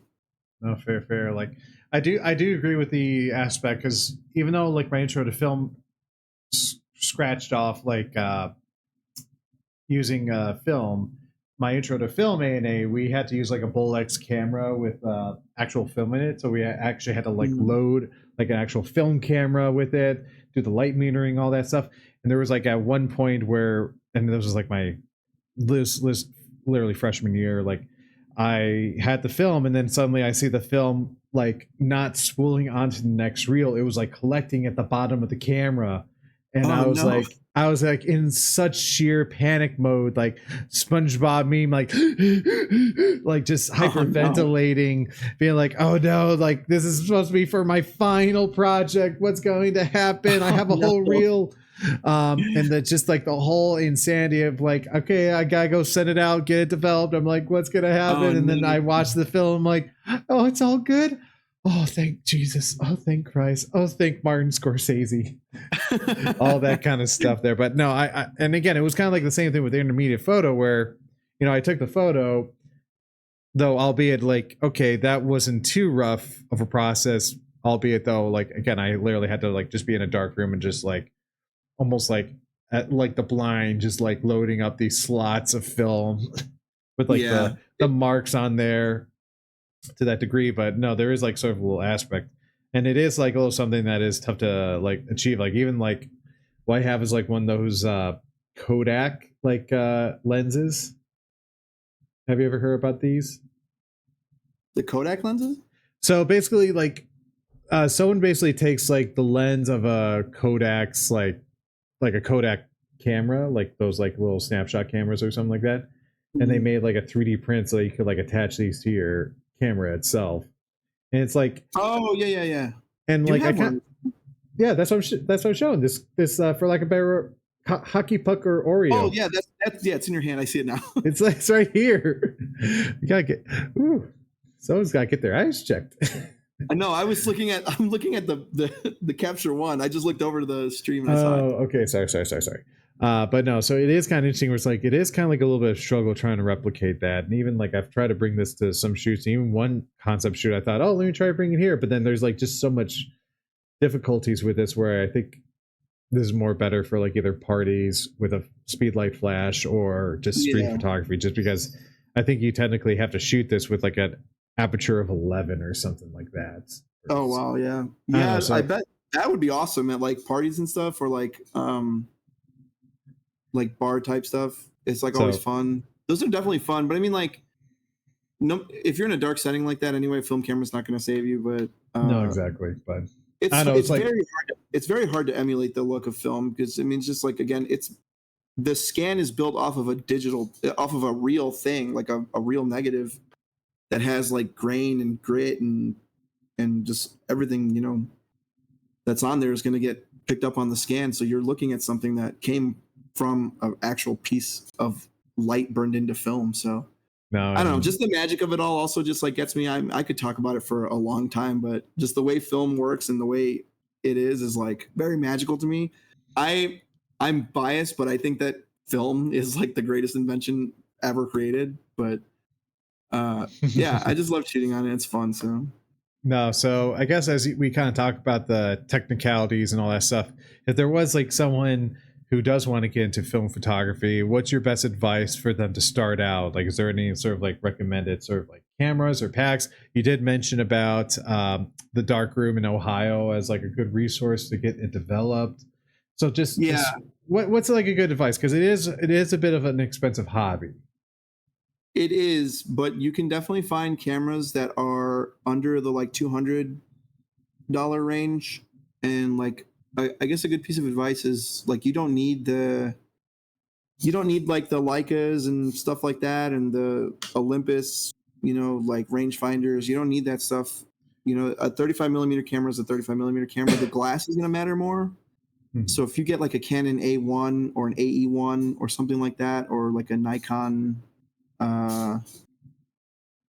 like a FM, those are all like maybe $180, under $200 for sure. And just get started, and just learning how to meter light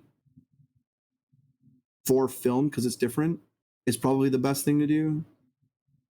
And just learning how the camera works and how film works and how the dynamic range of film works is very important. but yeah, start off with something cheap, learn it on something cheap, and then if you feel like if you feel like you outgrow that gear, then outgrow it. But like the camera that my friend's uncle gave me, like it's right here. I use it all the time, and it's not like the greatest camera, but I use it a lot because it's the camera I learned on, and I know how to use it. And the glass is really nice on there. Like the glass on that camera is better than the camera is, which even like in digital that matters a lot. So I would say focus on learning how light moves through film and how quirky film can be on something cheap just to get you started. And yeah, that's it. Just start off with whatever you can get, I guess. But it's like a gear question, I guess, right? But yeah, learning all the quirks of film and how light moves through film and stuff like that is very important. And learning about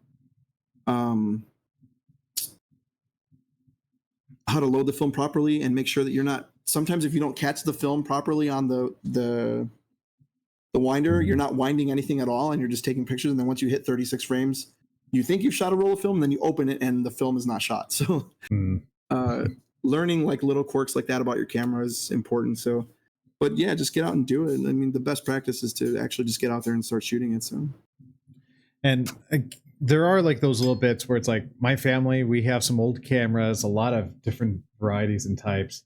It's also that like same bit where it's like, how can you assess like a good camera? Like, because I know like there's like a record store nearby me that sometimes sells cameras, and I've always been tempted to like figure out what type of camera to grab or something to that degree. So could it be something as simple as like finding something vintage and then just going for luck and researching upon it?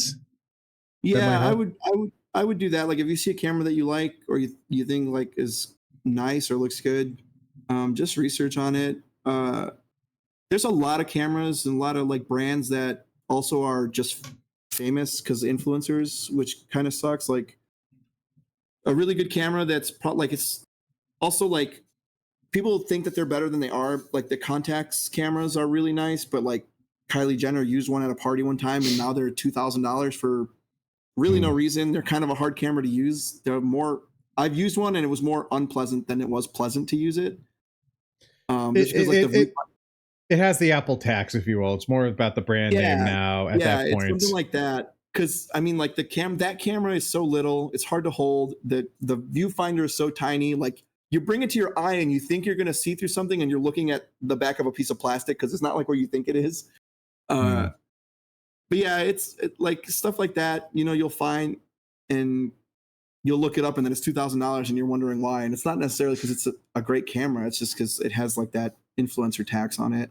But yeah, I would say if you found a camera that you think is nice, just do some research on it. Most 35 millimeter cameras are the same. Like fun fact that I learned not that long ago is that 35 millimeter cameras were invented to test movie film cameras. So when they were filming movies, they would need to make sure that the film was good. So they made 35 millimeter cameras to like send someone out and go do like photos at the locations to make sure that everything looked good on film. So most of those cameras are the same. They just operate the same way and they do the same thing. But you know, then you have like your Canons and your Minoltas and stuff like that that make these like really nice high-end cameras. Like I have an F1. This is probably like a $250 film camera. But it's really nice, but it's really basic, and it doesn't do anything outside of take pictures. You know, and then you have like your Leicas that are like thousands and thousands of dollars those are like legacy cameras. I mean, if you have one, it's probably the only camera you have, and it's probably you're gonna pass it down to your family and stuff. So you don't need that. Like you can work your way up to that. But yeah, I would say if you find a camera you like, just research it and see how good it is, or see if people like it, because there's tons of like reviews and stuff on so many cameras, and you can visit websites like KEH, B&H, stuff like that, where there's people who leave reviews and stuff. Even on Google, like you can just Google something and find a review, or you can look on Amazon. Sometimes they have stuff, but yeah, just research it, and if it's in a good price range, like it's get started with anything. If you like it and you think you'll like it, just research. No, fair. As we were talking a little bit earlier, you actually mentioned about like how interesting it is to have like physical prints to that degree. Like even like I was like watching a video of Peter McKinnon, how he was able to set up sort of like an interesting printing setup, like a mobile printing setup, where he's able to like put his like he's able to like either print a photo or at least print whether he takes on the spot or an old or just whatever photo, prints it in like a small Polaroid, has Oh his yeah, yeah, business card in it, and then like slides it into little packs, and there is like a little charm into that printing aspect. So yeah. along with like the lines of like trying to get into like film photography, you've been trying to dabble into print itself. In fact, you've helped a lot well with like the Cosmeta booth in terms of like how to set up a printer and all that stuff. So if someone wants to try to get into sort of printing, what are some aspects in there? And albeit it's kind of like that same detail as well, where it's like that is a expensive thing, albeit the supplies and such. Yeah, I printing in the darkroom and printing digitally is I'm really into printing because another artist that I really admire, Tyler Shields, he posited once that the print will expose you, and he's super right. Prints are much different to look at than digital. Reflected light is different than light that's being projected. So when you're looking at a screen, you're looking at projected light that's being thrown at you. So you see things much more vibrant, much more bright. Reflected light is like what you're looking at, like if you're looking at a print or a frame or a table or something, like that's what colors and shadows are. So when you're looking at a print, like my first couple prints were so dark because I was like looking at my edits and I'd go like, oh, this is like moody or whatever, or like dark and moody. But my screen brightness is like all the way up, so I think it's brighter than it is. And then I go out and I print it and I look at it and I'm like, oh, you can't see anything in this picture. So No, I've had that same experience because, again, like yeah, I was able to do some prints. I was able to do some printing through both like my intro to film and intermediate classes. I'm trying to recall if we did it in photojournalism, but no, there was like that little bit. It was like, oh, this is a very nice photo. It looks good on the screen. And then when I print it, I'm like, why is it so darker than it actually is? So it is kind of like that yeah, interesting bit yeah. where The it's like, print really, what do you trust? Like there, more of like what the prints out and you have to do those edits there, or albeit like the screen. So it is kind of like that balance of yeah, it's a little balanced. Like I've also started learning like how to like size your files and how to color correct your files for the print specifically. And I learned that the first time I did an art show here because I made a bunch of prints and I had that problem. I was like, oh my god, these pictures look nothing like the picture I took. So I had to learn like how are you supposed to color correct and how you're supposed to export for a print and stuff like that. So you learn those things just over time, but printing like that, learning all that stuff was way easier than doing it in the darkroom. The darkroom is really gnarly sometimes. Like you have to do a bunch of test strips and it takes a long time for even one print, just takes like 30 minutes. So yeah. eventually you get in a groove and you can take out a bunch of prints. But like if someone ever has like 10 of the same darkroom print, they were working. Like it takes a while. So um it's tough. But yeah, the print will show you where you need to change. And like printing my work made me look at shooting different. Like I started shooting with in the back of my mind, like, am I going to print this? Where am I going to print it? How big is it going to be? What's it going to be for? So you start shooting with a little more intentionality, whether it's film or digital. Like you just start thinking about like how am I going to light this, or how am I going to choose my settings based upon if I want to make a print. So it's fun, and it's also a lot of thinking. So but I No. love printing, and I think it's really important to print your pictures, whether you're the photographer or the person being photographed. Printing pictures is super important in my opinion. I always tell people like take pictures of your family, print pictures of your family. Just really important. It's nice to have something to actually hold in your hand. That's a nice picture that somebody made of you or a loved one. So No, that's true. And but there's another question of like whether to try to do your own prints versus using a service. So like albeit like all these photos that are all printed all back here, they are not printed in-house. They are printed through a source. And albeit like I kind of do batches on there, but for someone who wants to try like get into sort of like prints or getting prints themselves, like what would you recommend? Like should they try to make the investment into a camera, or should they just, or not camera, a printer themselves, or just maybe start dabble into seeing like how their prints look like through a different source and just equates kind of that degree, or what? Yeah, I Because think it. Go ahead. well, because yeah, as I said, there are just those bit of expenses where it's like, of course, like, you have your like, device available ready, but then as we said earlier, it is just the ink, the paper itself that costs so much, while it's like, all right, why bother, having all this extra gear and items and expenses when you can have someone else do it for you. So I like think it depends on your volume, like how much you're planning on printing. If you're going to print like a ton of stuff, it's worth having your own. I bought a printer because I got super lucky, and I was at ProCam in Aurora for something totally different, and they were just randomly, they were like, "Hey, we have these photo printers, and they're $300, and they come with a $300 mail-in rebate." And I was like, "So it's free?" And they were like, "Yeah, you just have to pay for it today, and then you get $300 back in the mail." And I was like, "Okay." So I bought it, and that was the one that we were using for Cosmeta for a long time. But it's a volume thing. I think if you're printing a bunch, it's worth the investment to do it on your own, especially because you get more control over how you want the prints to look. But if you're doing a couple prints here and there, or batching out stuff like you do, like smaller prints, it's probably better to just do that, especially if you're on a, like, if you have a tighter schedule, because printing takes a long time. or space or Yeah, availability and and space all that too, stuff. space. And then they have a bunch of different printers, like, the one that we were using for Cosmeta for a while, and even the one that we have, those are like consumer grade. And then they have like prosumer, like quote unquote prosumer grade ones that are a little bit bigger and can handle a little bit more workload. And then they have like the big professional printer ones that are like $10,000. And those, they're not even, they're like, you just put a huge roll of paper in them and you can print as long as you want.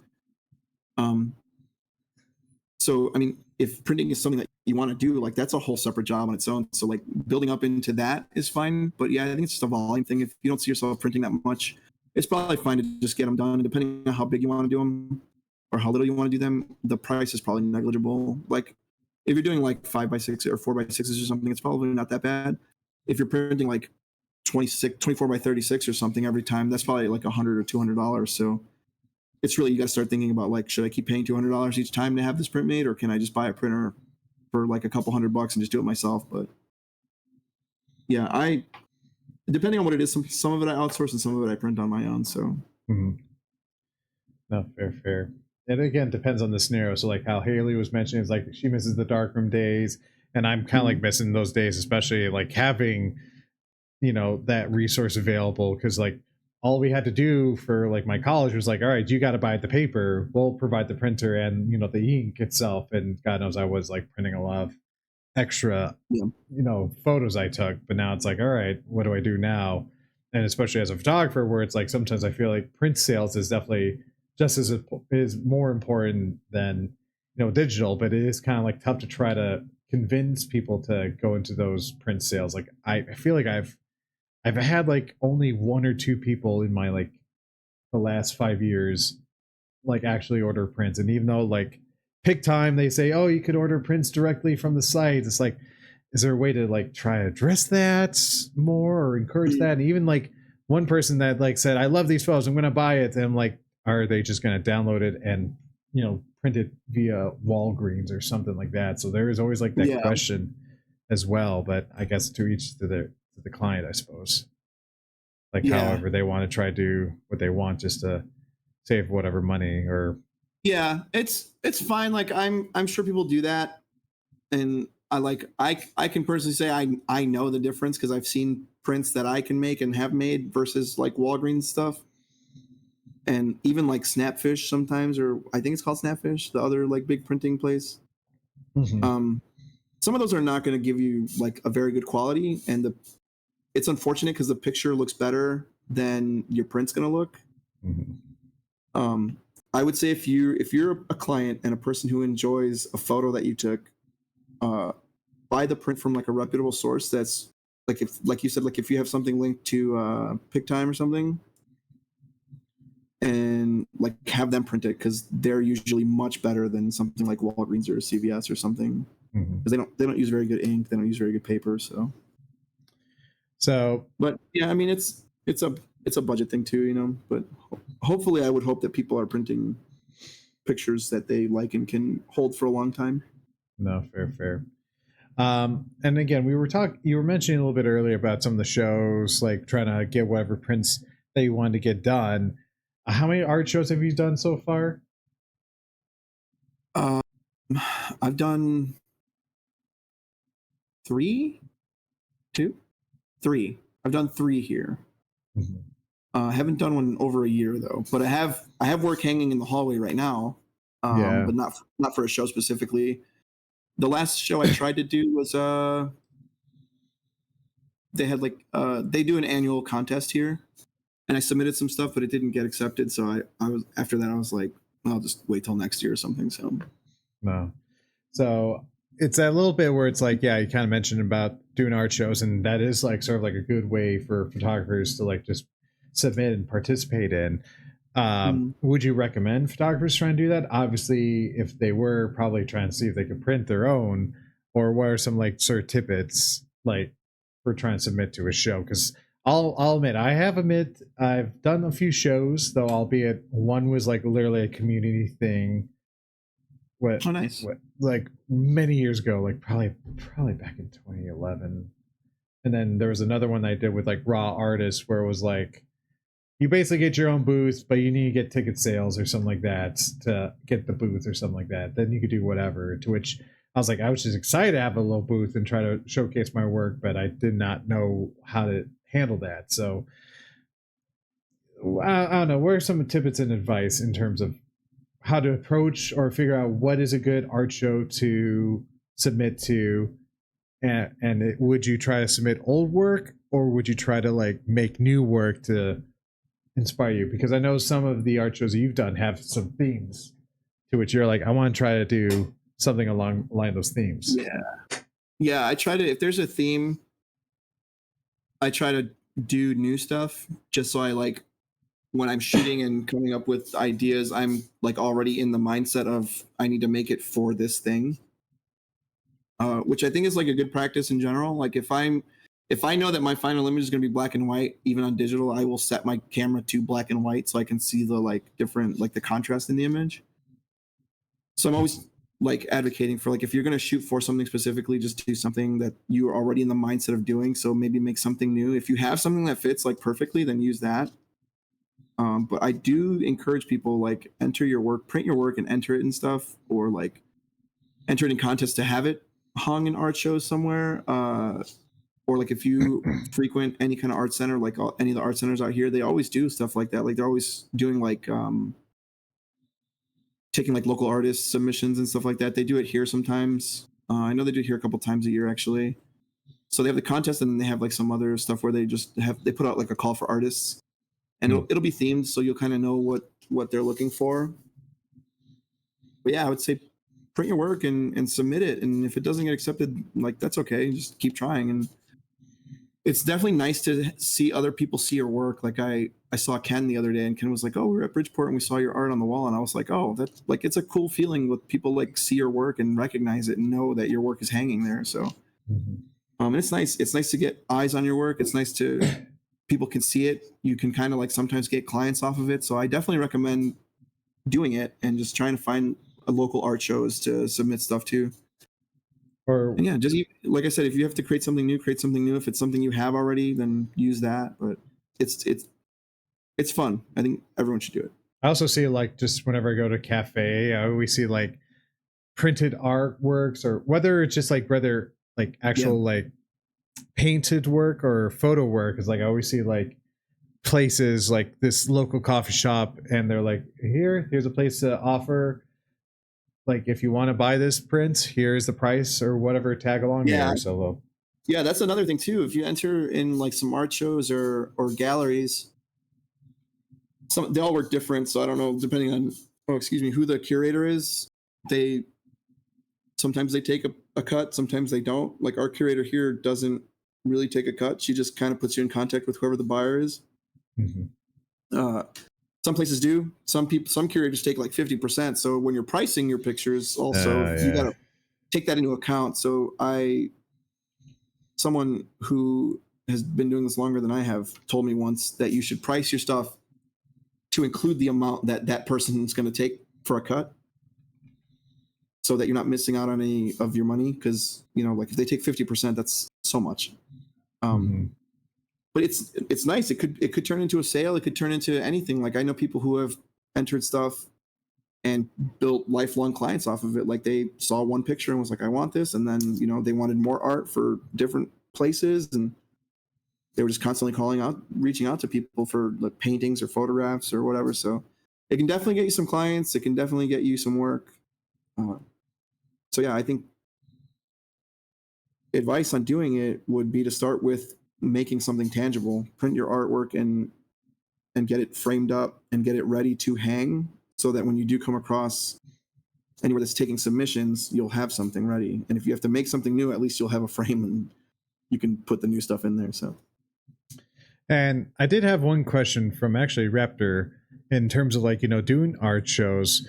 What about including cosplay into a photo showcase? Because you have done that one time, and there was a little bit where I did at this one showcase. I did, as I said, just trying to showcase my work, whether it was for sales or not. There were like sometimes I did try to showcase my cosplay work, and it was like, all right, I kind of realized like now I think, you know, 5+ years later, it's like, how would have really sold that? I don't know, because this was also still it was both early in like my cosplay photography work, as well as again doing a show, because it was like my first official show, like being a you know, postgraduate side gig photography business. So it was like I wasn't quite sure how to advertise myself in terms of showing like not only like whatever artworks, but then how can I include cosplay into that? So you want to dive in a little bit more on that?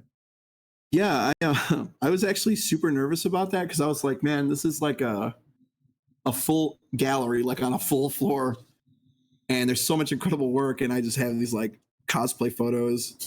But when they told me it was called The Brave, the Bold, and the Beautiful, something to that effect was the name of that show. And there's like Brave and the Bold, the Batman series, or the DC series. And I was like, oh, maybe I should shoot like some cool Batman stuff. And like I wanted to do like fine art portraits of like Batman characters. And I like, you know, just got a bunch of people together to shoot a bunch of Batman cosplays and printed them and framed them. And I think from what I heard, it was well received. From stuff I've heard from other people in the building, they were like, oh yeah, everyone liked that. It was so cool. And I was like, I guess, because they're like relatable characters and characters that people know. I think if I would have put a bunch of like deep cut anime cosplay photos, probably people wouldn't know who they were, so they wouldn't care, right? But Batman's pretty popular, so it went over pretty well. I was nervous about it though. When I first hung everything up, everyone was like, this is so cool, but I was just like, these are cosplay photos like hanging in an art gallery. Yeah. But it was fun, and I think that there's definitely space for that, and if I could do it again, I would. So like if another show comes up where I could possibly sneak some cosplay photos in, I definitely would want to do that. Yeah, because I did have like one of my things that I had for my final, which was like an option, was just like the theory of it was called masks. Like, so how people can just hide their identity from just simple things. And it could just be something simple like, you know, snow gear to, you know, motorcycle kind of gear, hockey kind of gear. There was like a little bit where I literally had my mom was also involved, where she just literally just wore the bat, like a bat cowl or something like that. But no, as I said, that's just how like I approached the series, and it was just like, you know, dead on series. One was like almost like a lifeguard with like a scuba gear mask, or sort of like a snorkel to that degree. So it is kind of interesting. Like you come with the concept idea, and like how can you add it? And I guess, you know, can throw some at someone literally just put a bloody, you know, like just a paper bag and cut out holes to which you could see the eyes in them. And that's cool though. That's such a good theme for a gallery, and it like you can do so much with that, because you can do like literal masks, and you can do so many like metaphorical things. That's pretty cool. I like that. So, but no, let's get back to another example. As we were just talking about the this exhibit, let's kind of showcase into, if I can quickly share my screen again. I do have yours up, to this photo of that you had at that exhibit. Yeah, that's like my favorite one, I think, that I did. 1 second, let me just get this on the actual stream itself, because oh yeah, I see. Okay. things were a little bit weird on my end, but let me see. Let's see. Okay, there we go. So I'm just gonna do a little quick adjustment here. There we go. All right, perfect. Now it's on. They want to talk a little bit more about this set? Yeah, that's my favorite one that I did. Oh man, I love this picture so much.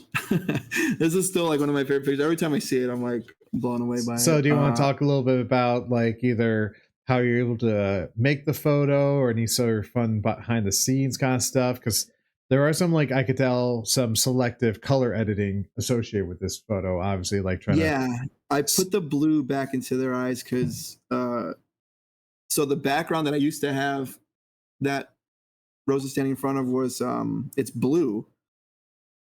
So I pulled all the blue out of the image because I wanted the background to be more black and white. Okay. And then I lost the blue in the eyes, which are like very iconic. So I was like, I need the blue back in the eyes. So I put the blue back in the eyes, and then I desaturated the red a little bit because I wanted to be more gritty, kind of like Zack Snyder-y kind of. But I love this picture. I just shot it kind of wide, just with a single beauty dish. And it took a couple tries. You would think, like, I think when people are on camera and you're like, hey, can you like laugh maniacally? No, yeah. It's you know, you got to get them in the mood. So we were kind of like trying to get there. And I don't remember what else I shot this day. I don't remember if we did Catwoman the same day, because I did Catwoman with Rose also. And so it's like, it's also that thing where like when you're shooting cosplay, like getting people kind of like into character a little bit. So I definitely wanted the like jazz hands, like very clowny, like jazz hands. Like jester, kind of like almost dancing kind of. And I wanted the like wide, really big smile, like very maniacal. And yeah, we hit this one and Rose nailed it. And I was like, I love that. I love the lighting and I love the way it looked. And then once I edited the photo, I was just like so happy with it. No, fair. No, yeah. It's like whenever I think like art show, like kind of stuff, and this was on your R5, correct? So this is all digital. Yeah, that's digital. That was on the R5. So no, like again, I definitely can see like elevated cosplay photography, if you will. I think that's the best way. Where it's like that's kind of what I'd like to go for. Because like again, yeah, because I think you kind of have like, is that background the same background that you have, like what you have behind you there? Is that the same background that you use for this photo? It's not the same one. That one was much nicer, but this one's not actually blue. There's a blue light behind me. This one's like a grayish kind of color. That one was like really, really blue.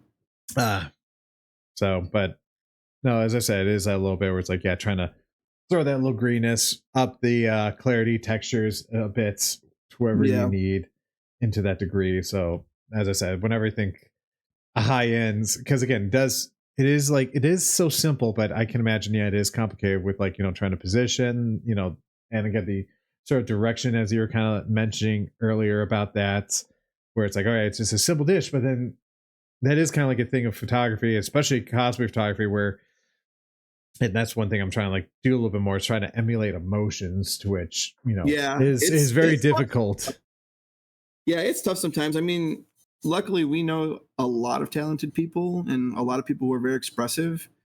So it's nice. Sometimes you forget how lucky you are to be working with people who are super expressive and really into their costuming and stuff.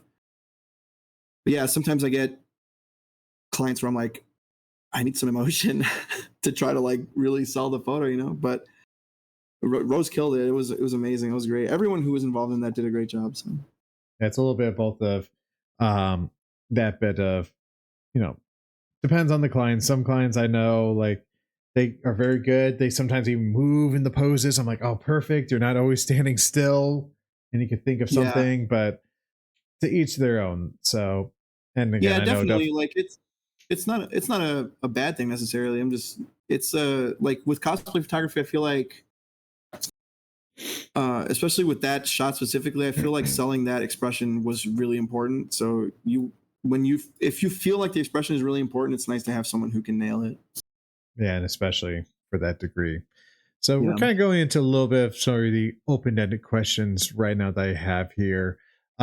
So you did mention about you do a bunch of different genres, different stuff, whether um, it is what is a subject such genre that you've never done before but you want to try to get into? Hmm.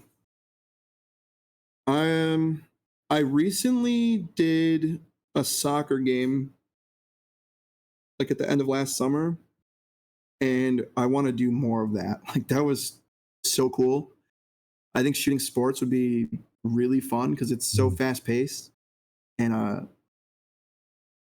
just the opportunity to create like really stunning imagery during sports games is really fun, and there's mm, so much energy, be it like in the crowd or in the players or people celebrating when they score points or whatever. So I've never gotten to do that to like a degree where like I've done it. I just did that one soccer game, and then I've done some other small games like baseball games, but I've never been able to be like if I could be in like at Wrigley shooting like the Cubs or something, mm. that would be incredible. Like what kind of league was it? Was it just sort of like major league, or well, I guess for the soccer, was it kind of like It a was a local team? tournament. It was high school, so the work that we do for the high schools, they wanted to get us involved in the sports, Okay. or rather, we wanted to get involved in their sports, but they basically told us straight up that we don't have the manpower for it because they have so many sports teams going on at the same time all the time. Yeah. But they did let us shoot one of the championship game at the end of last year, and it was so fun. Like it's so fun to. I played soccer all 4 years in high school, so like I kind of had an idea of what was going on, and I could hear them calling plays, and like kind of I knew what they were gonna do because I could hear them saying it. So it was nice to like you're kind of on your feet all the time, but it was nice to kind of like do that like where you're kind of anticipating something, especially because you know it's coming.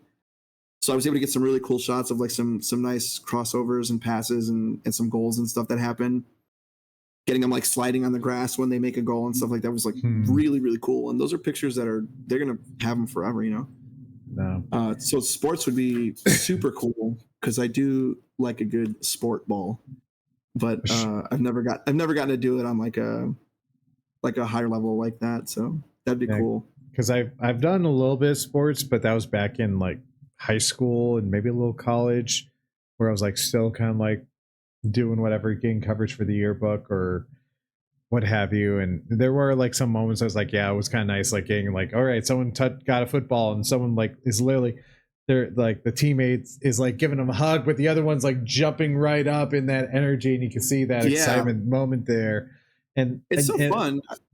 at least with the Cubs, like I remember I brought my camera, my telephoto lens in, and just was it was kind of exciting to capture, but albeit like my seating, it was still kind of like a little bit difficult. I don't know whether if you could just bring your camera in nowadays, like security's just Yeah, been Wrigley beefed up a Wrigley will lot. let you take pretty much anything in there. They Will don't they? care. It's Okay. crazy. I thought I was reading recently, like I thought you couldn't bring a DSLR anymore, almost like a concert, Yeah, maybe for concerts, but for games, like I've taken my Pentax, the big film camera. They don't care. Okay. No, fair, but I no, guess they don't yeah, think you're gonna get anything worthwhile, but like I don't know. yeah, because I've gotten some nice pictures at Wrigley, but again, like if I could be on the field or be where like their photographer's name is Manny Stephen Ortiz. Green. Oh, I was gonna say I know Manny Ortiz kind of Oh sometimes. yeah, Manny did stuff there, and Jared Pullen also shot some stuff there. Oh, But nice. the Cubs organization photographer's name's Stephen Green, and he Okay. does amazing work. But not only like the games, but he also does like all their portraits, like for their team stuff and for like their marketing and stuff like that. So he posts behind the scenes sometimes where he's got like these big lights just like out on home plate, just with like the last one I think I saw that he posted was a long time ago was with Anthony Rizzo, Mm. and he was just taking pitches and hitting balls and like they were using like a powder so when he hit it like those big powder came Oh out of the bat yeah, and stuff. just Just no, I doing like can. some like high speed shots of that and like that would be such a cool job. Like, I wish I could do something like that. That'd be cool. Yeah, where you like do a little coverage, but then you could think of some artistic stuff, and you gotta wonder like, do any sort of like of because yeah, there are like a few photographers. One that I know from high school who captured like a lot of like the Oregon Ducks games, and then I think they went to photograph for the Blackhawks as well. So it's kind of like that little bit interesting aspect where it's like interesting to talk Yeah, that's awesome. how to like get involved, and then they also know like another photographer who photographs sometimes the Green Bay Packers or the Bears as well, or like they or at least they cool. Or at least they're under mentorship with them. I forget what exactly, but it is kind of interesting. So I might have to reach out to her. It's been a little while since I've talked with her. Yeah, like, that's hey. awesome. And just to dive into the world of sports photography, because there was my other guest, Vontag. He does do like action sports, but it's more of like, snowboarding and that whole aspect, but not professional sports and coverage like March Madness or what have you. So that is definitely awesome.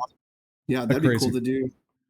So continuing on with like sort of these open-ended questions, especially like with cosplay and all that stuff that you kind of got involved, do you think a photographer sometimes just stumbles into a genre or sort of like a subject that they didn't think about doing, or do they try to actively pursue it? So albeit for me, especially with cosplay, I didn't think I was going to get involved with it. It wasn't even something I kind of ever considered until like I just brought my camera to C2E2, and then suddenly I was like, oh, what the heck happened here? So especially when someone wants to try to like get involved in a certain type, like again, as we're talking about sports to that degree, like obviously you got to like follow up a certain way or pursue your resume to follow that. But yeah, I don't know.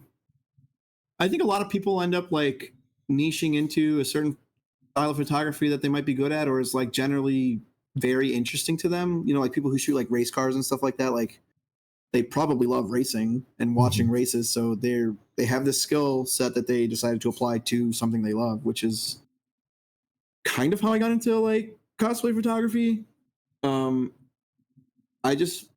had been going to cons when I was a lot younger with my dad and stuff for a long time. And then we kind of just stopped doing it. And then I started doing photography and I was like, oh, I wonder if there's like stuff I could photograph at those conventions I used to go to. And I went back to what was, I didn't know at the time, was the last Wizard World. 2021 was it? Oh no, it's like maybe something like that. No, they had Wizard World in 2021. Then it became Fan Expo in 2022. Yeah, I think maybe it was it that? No, because I'd been doing it before that. Or so maybe it wasn't the last one. Maybe it was like close to the last one, like the second or third. 2019. Yeah, maybe like 2019. Okay. And I was like, oh, that was awesome. Like, and I had a lot of fun just doing like lobby shoots and stuff. I didn't know anything at the time, so I was just like there with my camera and like saw a cool character or whatever and was like, oh, can I take a picture? And did that. And then after that, I was like, oh, I'm going to start going to more cons. Mm-hmm. And then the next con I was going to go to was a con that we don't go to. And I found that out through my sister. And she was like, hey, don't go to that con. If you want, go to this thing. And she sent me a link for this meetup, which was like, looking back, it was like the first cos meetup, basically.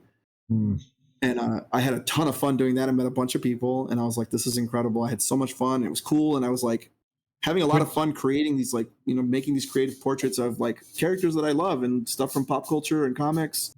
Which meetup was that one? The Lincoln Park Zoo. Okay. I was the first one.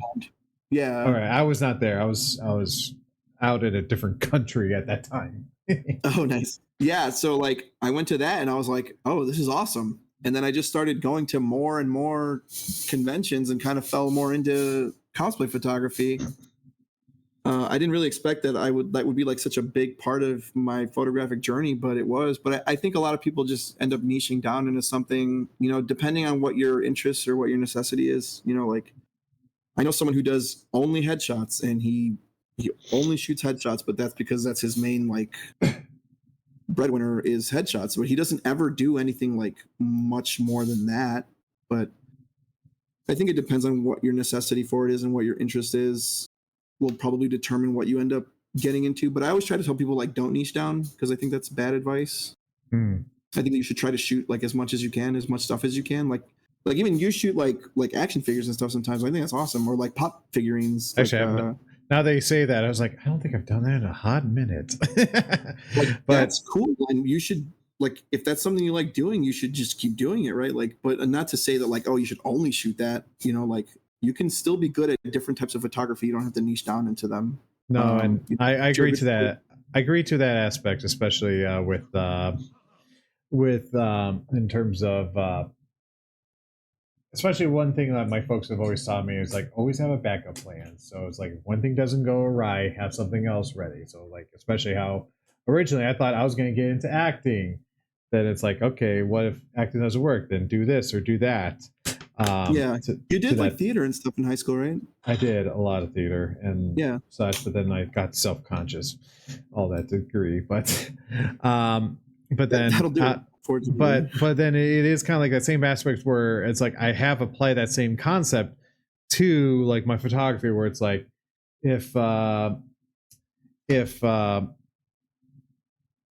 you know, okay, so for example, because like again, when I got out of college, I thought, all right, what am I gonna do? Portraits, headshots, because I was kind of like in acting, and I thought that's what I was gonna get into. But then I kind of learned, oh hey, guess what? You know, you're not gonna get repeating clients that often for that bit there, and kind of like that.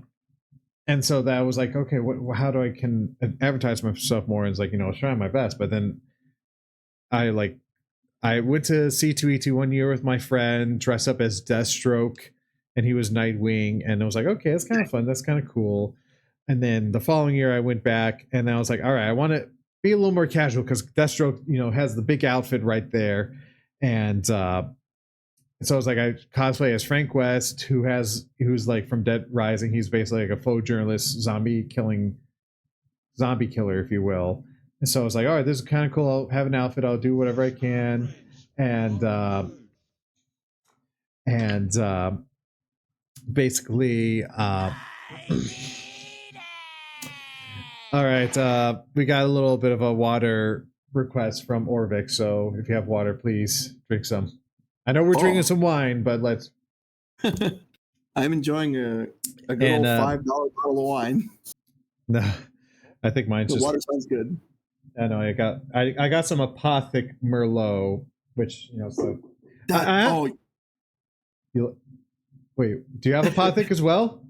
I do. I didn't want to show it on stream, but I am drinking Apothic. Yeah. Oh, which one?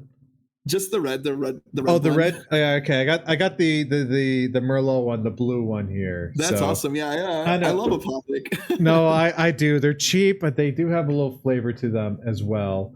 It's just so good. No, it's so good and such. So it's like that's my usual go-to, especially for streams. It's like I do have like one nice wine, but I'm like I keep it on the bottom, what have you there. I like all the Apothic ones. A bottle of Apothic goes a long way for me. No, exactly. I know I've been getting a lot of stuff from this Kato 1337X. Do you know them at all? Because they were like, I love Carlos. I do, yeah.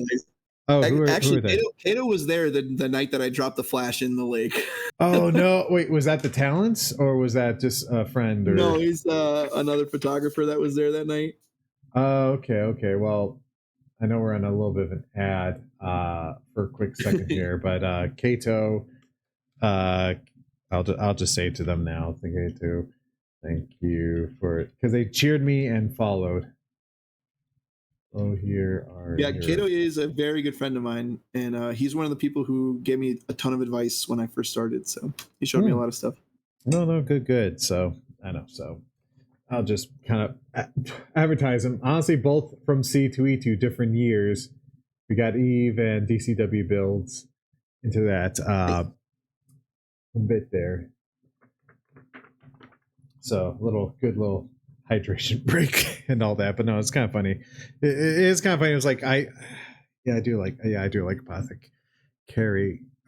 Not Apothecary, sorry. It's so good. That's funny. I almost grabbed the bottle, but I didn't want to bring it on camera. Yeah, I have it like literally sitting on my like floor here because, especially for me, I keep all my liquids on the left side, and because That's like very smart. my tower and all like the high tech stuff is on my right. So it's like all That's liquids, very whatever, what have you, is over here. Like my water, my my tea, my my glass of wine, and then my bottle of wine on the ground. It's like It's very smart to always keep your liquid on one side, no, and then you know it's exactly. there. You don't have any accidents. Because there has been a few times, and it's just like, yeah, if it does spill over here, at least like, all right, I don't have to worry about it leaking or anything down over here. And it's like, Yeah. I know some people like to put up the some people like to put their towers up, which I mean, yeah, that's good aesthetic, but I don't have too much desk room, especially with 3 bloody monitors over here. So it's 3 kind of like, monitors. Wow. yeah, I That's got my main one here. I got my other horizontal one over here, which that's where I'm I do watching all want to the. do that. I want to get a horizontal monitor going. You don't have a horizontal monitor? I just have one monitor, brother. Oh, okay. And then I got a one vertical monitor over here. But I want to get I mean, sorry, I do have a No, no, horizontal good. monitor. I want to get a vertical monitor. I was like, wait, you don't have a horizontal? No, no, that's what I was Yeah. like. I was like, listen there, like, I want to play into this a little bit more. Yeah, no, yeah, I want to get a vertical monitor because it's nice Yeah. to show photos on. But yeah, No, yeah, because no, because like my first 2 monitors I had, one was horizontal. The second one, which was basically the same, I was like, I do want to have that verticality because it's like, what if I want to see the full vertical image and be able to edit them there? But then it's kind of just been nice to have, especially for like, all right, you know, looking on Discord or my OneNotes or something like that. So honestly, like having that one vertical is just kind of nice in there. So it's just been the setup I've had, and then this third monitor I literally got from my coworker who moved. It was like, "Hey, do you want a monitor this Alienware?" I'm like, "Sure, why not?" Honestly, I could probably get a 4th monitor because Nicole has an extra monitor, but she does not use it for work. So I'm like, "All right, how do I set this up now?" But I don't know. One thing at a time. One thing at a time. God knows I got to figure out the power situation as well on top of that. yeah, So, that's a lot of energy. but either way, so okay, so we're back from the break. We're back from that. Thank you, Cato, for all of the items there. We're kind of continuing with the questions. Uh, what is sort of like one shoot or location that you've always wanted to try to do? Because I think we were talking a little bit about like what subject genre you want to do, and then what kind of like do people fall into it. But in terms of like, if there was no, yeah, sorry, I'm kind of going a little bit over my questions here. You could. What was the question? Sorry. Um, if is there any specific type of shoot that you want to try to do or location you want to do? Because sometimes I know some people are like, I want to try to recreate this photo at this location or this type of style shoot, and sometimes it might be, you know, the location will be that shoot or what have you. So just a shoot or concept that you've had in mind that you've always wanted to do. I suppose that's the question. Man, there's so many. It's such a can of worms. It is Like location exactly. wise, I would love to go to Japan. Mm, That just seems like such a great place for like a backdrop for like anything. I feel like everywhere in Japan is so beautiful. I really want to do like a trip out west here in the States. mm, Uh, actually, Kato has done it and just hit up like all of like Red Rock and all that stuff. mm. So it's kind of like just get more like natural, for like where we're Yeah, desert landscapes, like yeah, open landscape fields. stuff like that, like Horseshoe Bend and all that. That that kind of trip would be amazing, I think, to do. I definitely want to travel and shoot stuff like that more so than like make portraits, but like right now my like the main thing I want to do is like do something by some water Mm, with maybe a good set of hands on the flash so it doesn't fall into the water. But I think traveling to like Japan would be so cool. Everything there is just so beautiful. Or Germany. Germany has like such beautiful mm. architecture that I think I could just probably spend literally all day in Germany, just photographing the architecture. And would that be for like just general travel kind of stuff, travel photography, street photography, or would you want to try to do a shoot? Because I know I for would probably try to do Japan, like a lot of architectural photography there. Street photography, I think like New York would be insane because it's so busy all the time and there's always something going on. It's a gold mine for street photography. So okay, but yeah, anywhere that's not here is like very colorful. Like India is so colorful. Germany's beautiful. Italy is beautiful. I would love to just go somewhere specifically with the purpose of photographing stuff there. Because I know if I were to go there just like vacationing, I wouldn't do it. So, no, fair. So yeah, if money wasn't an issue for that, like, what would be something that you want to have in your photo bag or include into your studio? Because I guess we were kind of talking about, oh man, like if money was an issue for travel, then what would be like if money wasn't an issue for either locally or something that you just have in your hand there? Oh, if money were no issue, I would have. I think Manfrotto is who makes this like. It's like a cross almost. It's like a big metal cross that like you put your camera on one side, and then it has like a deck for like a laptop and other stuff, and it rolls around, and they're like $10,000 for no reason. Really? But they're super nice. It would all be gear stuff that would make my life easier, like the for studio work, I think, right? Yeah. Also, Manfrotto makes these like these light stand things that are like cranks that you can just like crank it and it like lifts up and down. Are you talking about the Banshee cranks? Is that what you're talking about? Is that what they're called? I don't know what they're called, but because like, you can like you just like rotate it and it like lifts up the light or like rotates the where the light's going. Like that is incredible. If I never had to move the base of the stand and could just move everything by just going like this, that'd be incredible.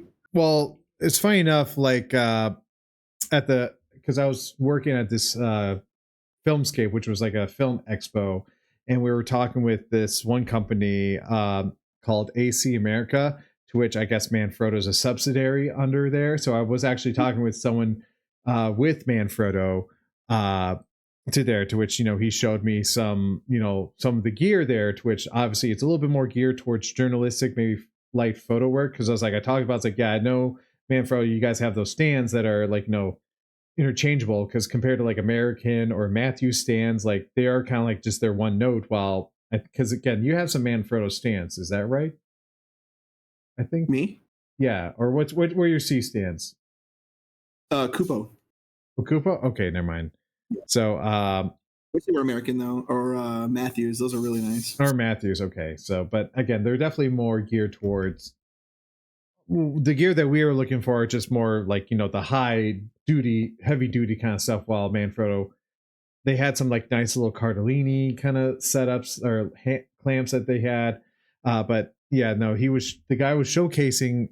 Let me see if I can find this Banshee AC American. Let me see if I can find this so I can show you, because there was a stand that we were looking at.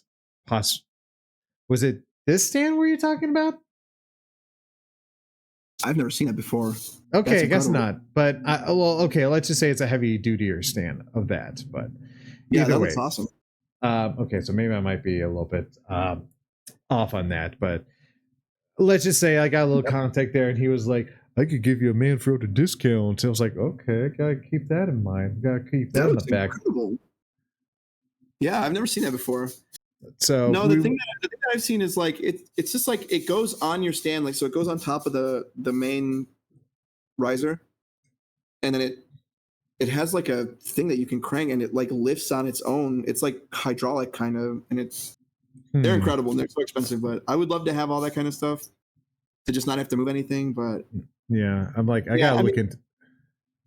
I guess that's like a quality of life upgrade. I guess if money were no object, I would do that. But changes into the studio, I guess I would build new sets probably. But yeah, that'd be nice to have that. You'll need to send me an image, because I'm honestly very curious about that aspect. Yeah, next time I got to remember what it's called, and when I find it, I'll show it to you.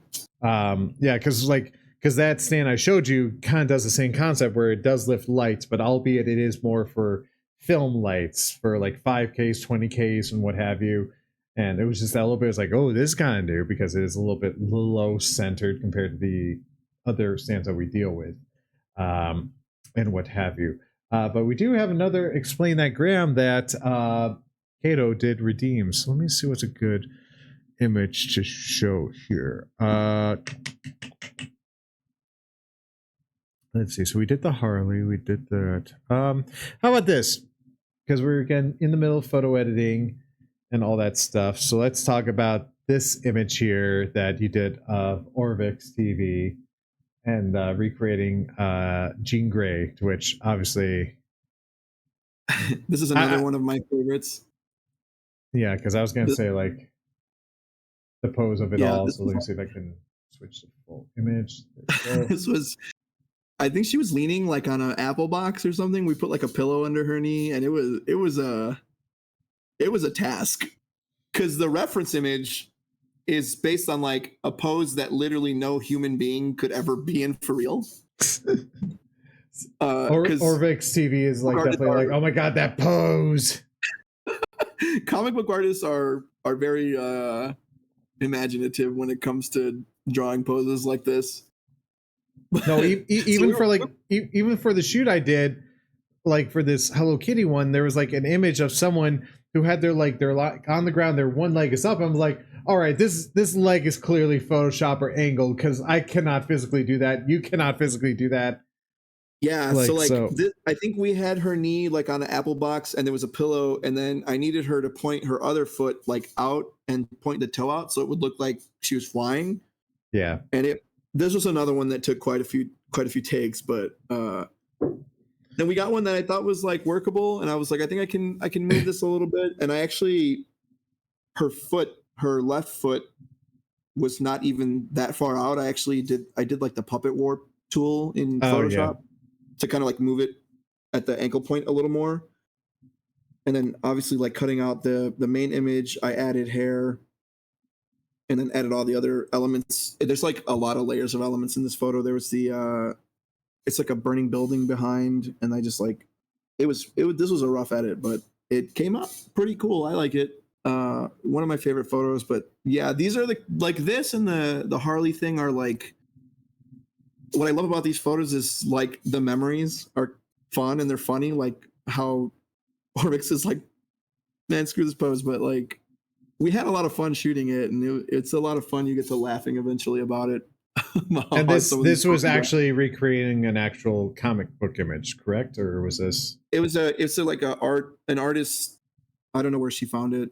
That did like a rendering of it was just a plain picture. It was like Jean Grey on a yellow background. Mm-hmm. So, and what were the elements? What was the elements behind? Because it's like, all right, I see a lot of like bokehs. I see like some scaffolding, kind of like that bit there.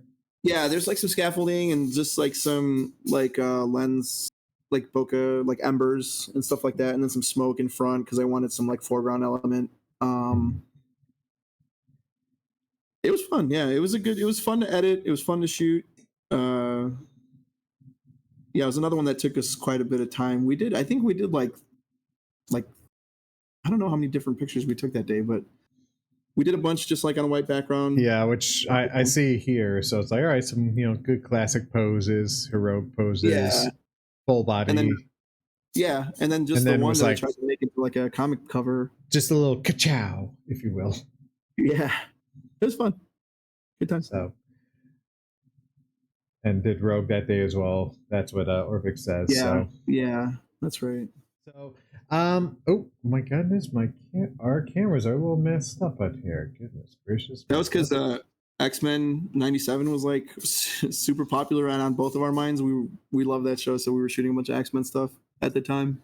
So, a good little talk right there, and I think a good transition to a quick 5-minute break. Do you think you're down for that?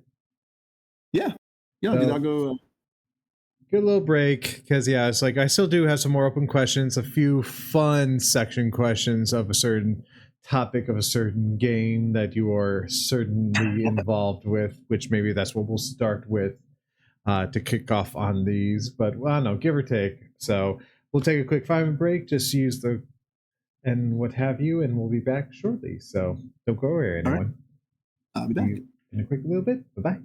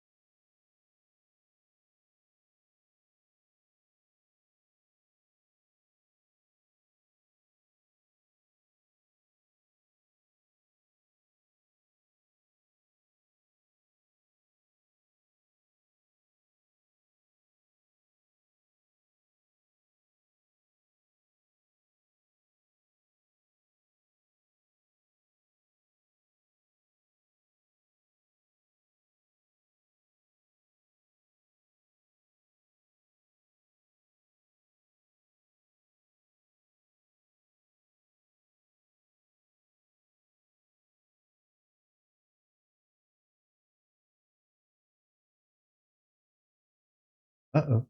Right back. It's almost there. 13 seconds. 10 seconds. Oh my god, people. Oh my god, are you guys back?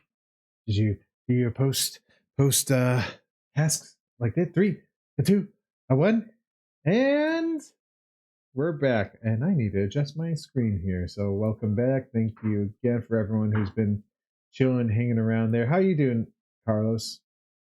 I'm good. I'm great. Getting through some of your edits and such, because you're kind of just mingling around a little bit back and forth here and there, right? Yeah, I'm kind of just doing like some color stuff. Yeah, as I said, I'm kind of just going through like the edits, but at the same time, I was like, oh, should I try to add a little bit more or try to add it faster? I was like, I'm just taking my time. That's just what matters here. Yeah, I'm just doing like small adjustments, small color stuff. So continuing on a little bit on the open questions. One question that I kind of remember, because I do listen to a few like photo podcasts, and sometimes I take a little inspiration in some of their questions. One question that I have here is, do you take or do you make a photo? No, that's a good one. That is a good one. I like to use the phrase "make photograph." I've heard this before. Mm-hmm. I think it's hard when you're shooting and you kind of have the freedom of like a 128 gig memory card, and you can just kind of like take a bunch of pictures and snap away, and it feels like you're taking pictures as opposed to making a photograph. Feels like there's a little bit more intentionality behind that phrase. Mm-hmm. Feels like kind of when I say something like, if you know you're going to be shooting for a print or for a certain thing, like there's intentionality behind that, you're making a photograph, Mm-hmm. as opposed to kind of like taking a snapshot. Hmm. But I personally, I use making a picture all the time. I think that's what we do as photographers. We make photos. We make light stop in a box, and it's making a photograph. Taking a picture works, but I like saying making a photograph. I feel like it depends on the genre a little bit on my end, because like obviously, for your artistic stuff, like that does take a lot of like thought or things. But like, say for example, street photography, where it is literally like, okay, I am like walking on the spot, I'm like, all right, let me take this photo here. And it is kind of like that little bit where it's like, does wedding photography kind of like, what was that blur there? Because it is that bit where it's like, you are there, you are the observer, and you are taking a photo of a moment. But is it more making the photo in a wedding photo? Because either you, and again, I think that depends. Like if it is like a little portrait of the couple or some creative stuff, then you're making it. But then if it's just like, all right, ceremony or just coverage of being the fly on the wall, then that is. So I think it might take a little context to that. Yeah, that makes sense. It makes sense. Yeah, I agree with that. I don't know. It's the first time I think I've asked that question on there. So in terms of like, as we're saying, like, all right, do you take or make a photo? What do you think is the measure of success for a photographer? Because it comes in so many ways, whether if it is like you get to work for a big organization or you got a high volume of followers. Like I literally have like one person who just followed me today, ironically enough, who's a set photographer for Chicago Fire. So I'm like, and again, it's like, I know you got this steady gig and job. And I was like, I got more followers than you. So it is kind of like that bit. It's like, what does make a good photographer and how do you measure their success?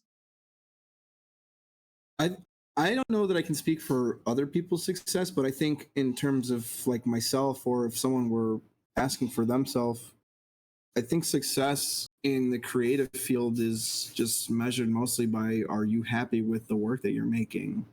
I think that money and stuff will come, jobs will come, but it shows when you're not happy with your work, and it shows when you're making stuff that if you're uninspired. And I think that being a successful photographer, a successful creative, starts with being happy with what you're making and what you're doing.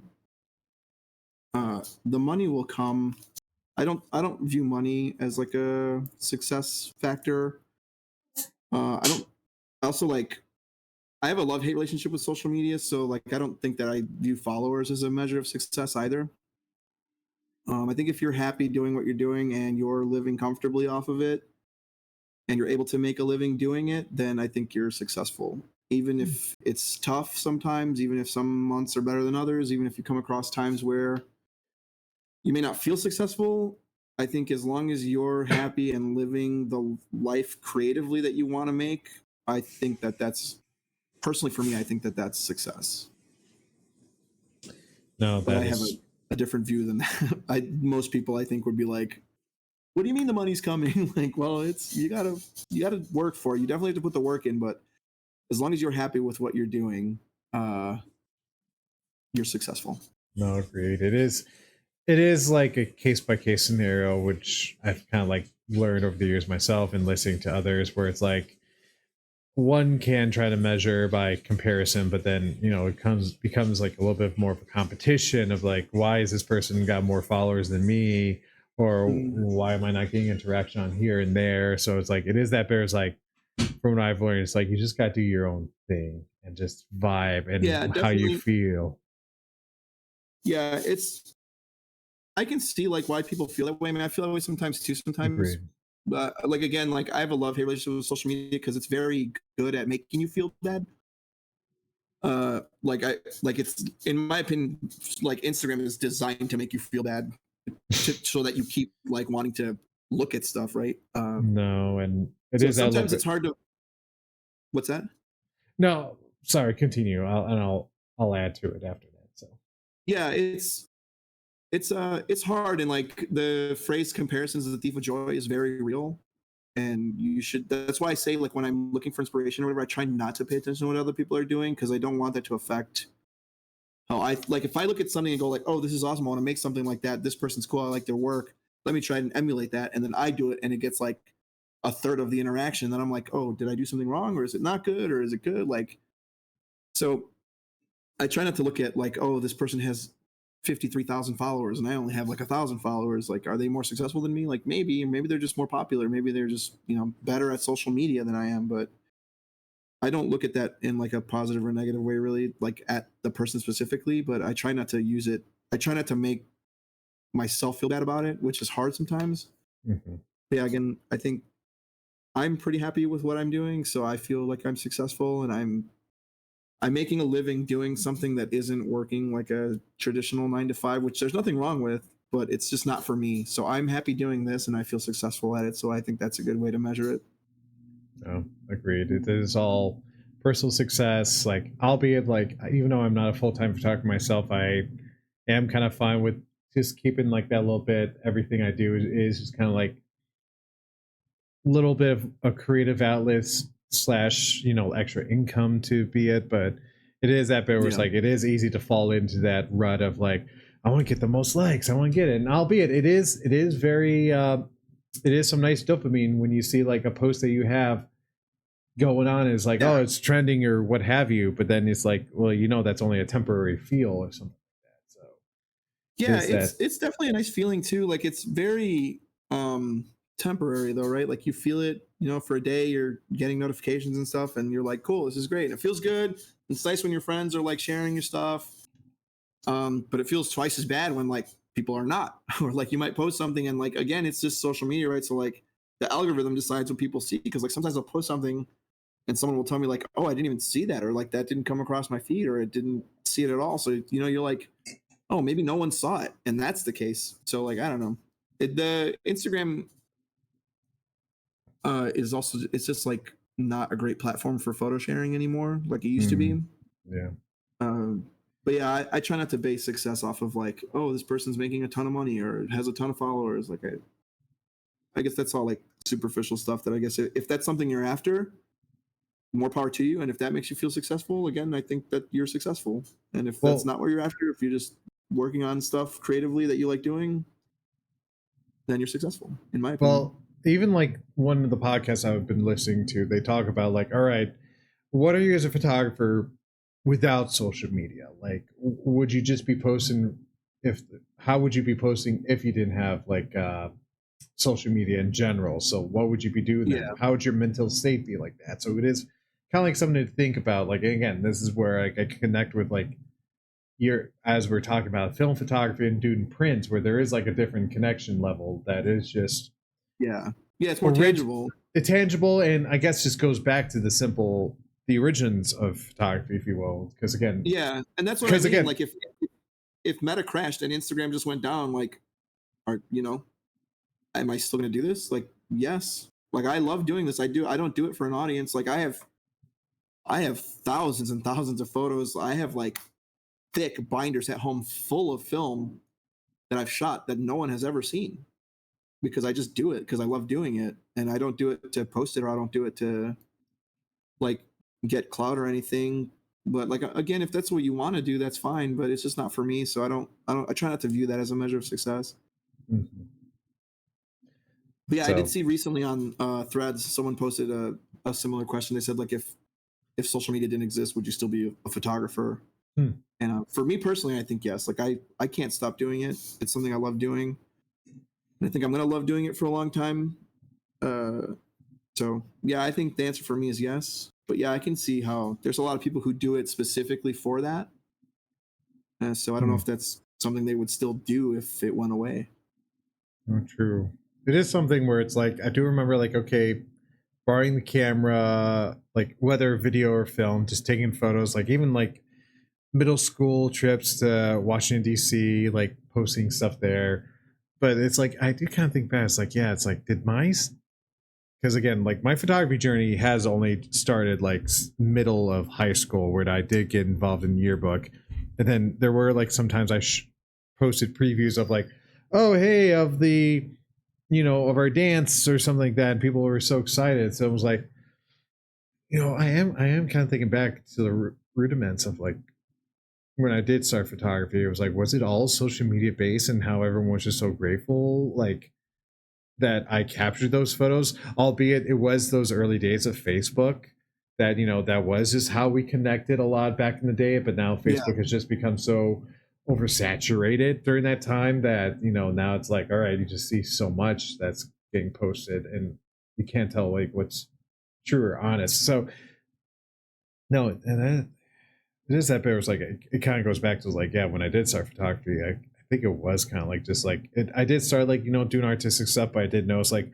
all like the big public events and sharing and all that stuff, and I saw people reacting to it, and then it gave that dopamine. So it's I mean, like I said, it feels good. Obviously, getting recognized anywhere for anything feels good. Like I said, like when I saw Ken, and he was like, "Oh, I saw your art hanging on the wall," like that was a good feeling, and it feels great. But conversely, when you don't get that, Instagram and social media has kind of conditioned people to feel like, oh, how come nobody's showing me any love or whatever? And it's like, like I did see another thread the other day that was like, people will get like 36 likes on a picture and be like, oh, this isn't good enough. It only got 36 likes. But can you imagine 36 people in real life telling you they like your picture?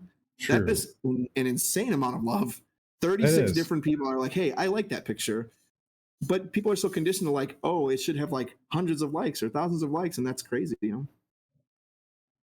No, and again, just how broad social media, regardless. Because I remember it's like, oh, I remember used to making YouTube videos, and how YouTube was just so small, where it's like everyone knew, like me and my friends were making all these CMVs like associated together, and it was like, oh my god, you guys make such good videos, that it was just so small of a niche or market back in the day that people could recognize like it. But now it's like, all right, who's this other person making this content, who's this other person? So it's just that bit where like a lot of knowledge has gone out on there, all that stuff. And even then, it is that bit where it's like, especially how like it is only just still been a couple months since I've switched over from doing the whole grid format on Instagram, that now I'm like, I honestly do not feel any sort of like stress of like, I gotta think of a format, I gotta showcase this as my digital virtual art show. But now I'm like, I'm just gonna post as is. And even tomorrow, like I got a set plan just posting like vacation, all the Jurassic Park related photos that I have, just to celebrate, hey, the new Jurassic Park movie's coming out. Is it gonna get as good as my usual like cosplay or whatever content that I have? I'm like, I don't care. It's just like, I want to do it because I want to embrace not only like because it is showcasing some photos from that I took back in 2014, but also 2022. So I'm like, you know what? I'm just gonna have this as be a wrap up culmination of it. Yeah, that's awesome. And That's great. I used to do the grid thing, the like 3-row thing for a while, and I was like, this is too much. no, I did exactly. that for a while, and I was like, yeah, never mind. It's hard to keep up with. I remember when you were doing it, I was like, man, you're so good at keeping up with this because I can't do this anymore. I will blame the INTJ me where I'm just I try to be strategic as possible, and I've had like Yeah. I've saved like all right highlights, be like all right, what have I posted so far, and I'm like I don't give a rat's ass anymore. I'm like I'll just post whatever I can. Like I'll be mindful because it is that little bit of like I want to try show like changes, different arts, and again like either celebrate and then I find like little ways of like can I show old artworks if it is like a new release, or if it's someone's birthday, then I try like showcase there, which that's been like sort of like a good different mental mindset. I use people's birthdays as an excuse to post sometimes. It's like I don't know what to post. I'm like, oh, it's so and so's birthday. I'll just post this picture of them. Exactly, but then like I'm already like thinking like some new concepts and ideas. Like one concept I have is like, you know what? I just want to celebrate 31 days of Halloween and just like one photo from all the different sort of like horror themed shoots I have that I'm like, all right, you know what? Let's have fun with this, just do this fun concept. And then Christmas, like I do, I don't have too many like Christmas themed shoots, but it's like, I'll do 12 days of Christmas or what have you. So just like finding like little fun niches and things like that. Cause I know. So as I said, it's just working with the gram and what have you. So as we're kind of talking about like sort of inspiration and things, is there any sort of particular quotes that you always think about that has ever changed your mindset, and has it ever applied to photography? So like, for example, like I believe what Eisenhower said one day is like, having plans is meaningless, but planning is everything. I think I might be mocking up that actual quote, but it's just the fact of the matter is like just planning is still just something that does. Yeah, I like that. I like the I'm a big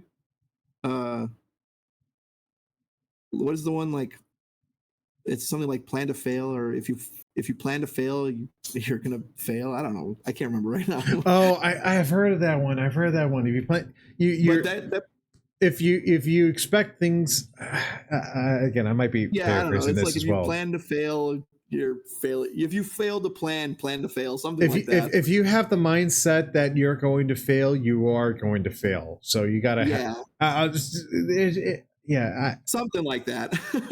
Something to that degree. We might have to Google that ourselves, but no, that is something you just gotta keep. You can't always think this is going to be horrible or bad. And again, for me, it's like I keep an open mindset, be like, let's just see where it goes and what can you do. Things will definitely. I don't know that I have any like direct quotes that I can think of right now that influence me in any way. But I do like that one that I can't remember right now. Because like I said, I feel that way a lot. And like I said, I'm a big like, well, I mean, I guess that's a quote is 2 is 1 and 1 is none is like how I usually operate. Cause like, I would hate to go somewhere with one camera and like camera like just not turn on one day. And I'm like, well, guess I'm not shooting, or I guess I have to refund this money now. But yeah, I that's a good quote though. Yeah. 2 is 1, 1 is none.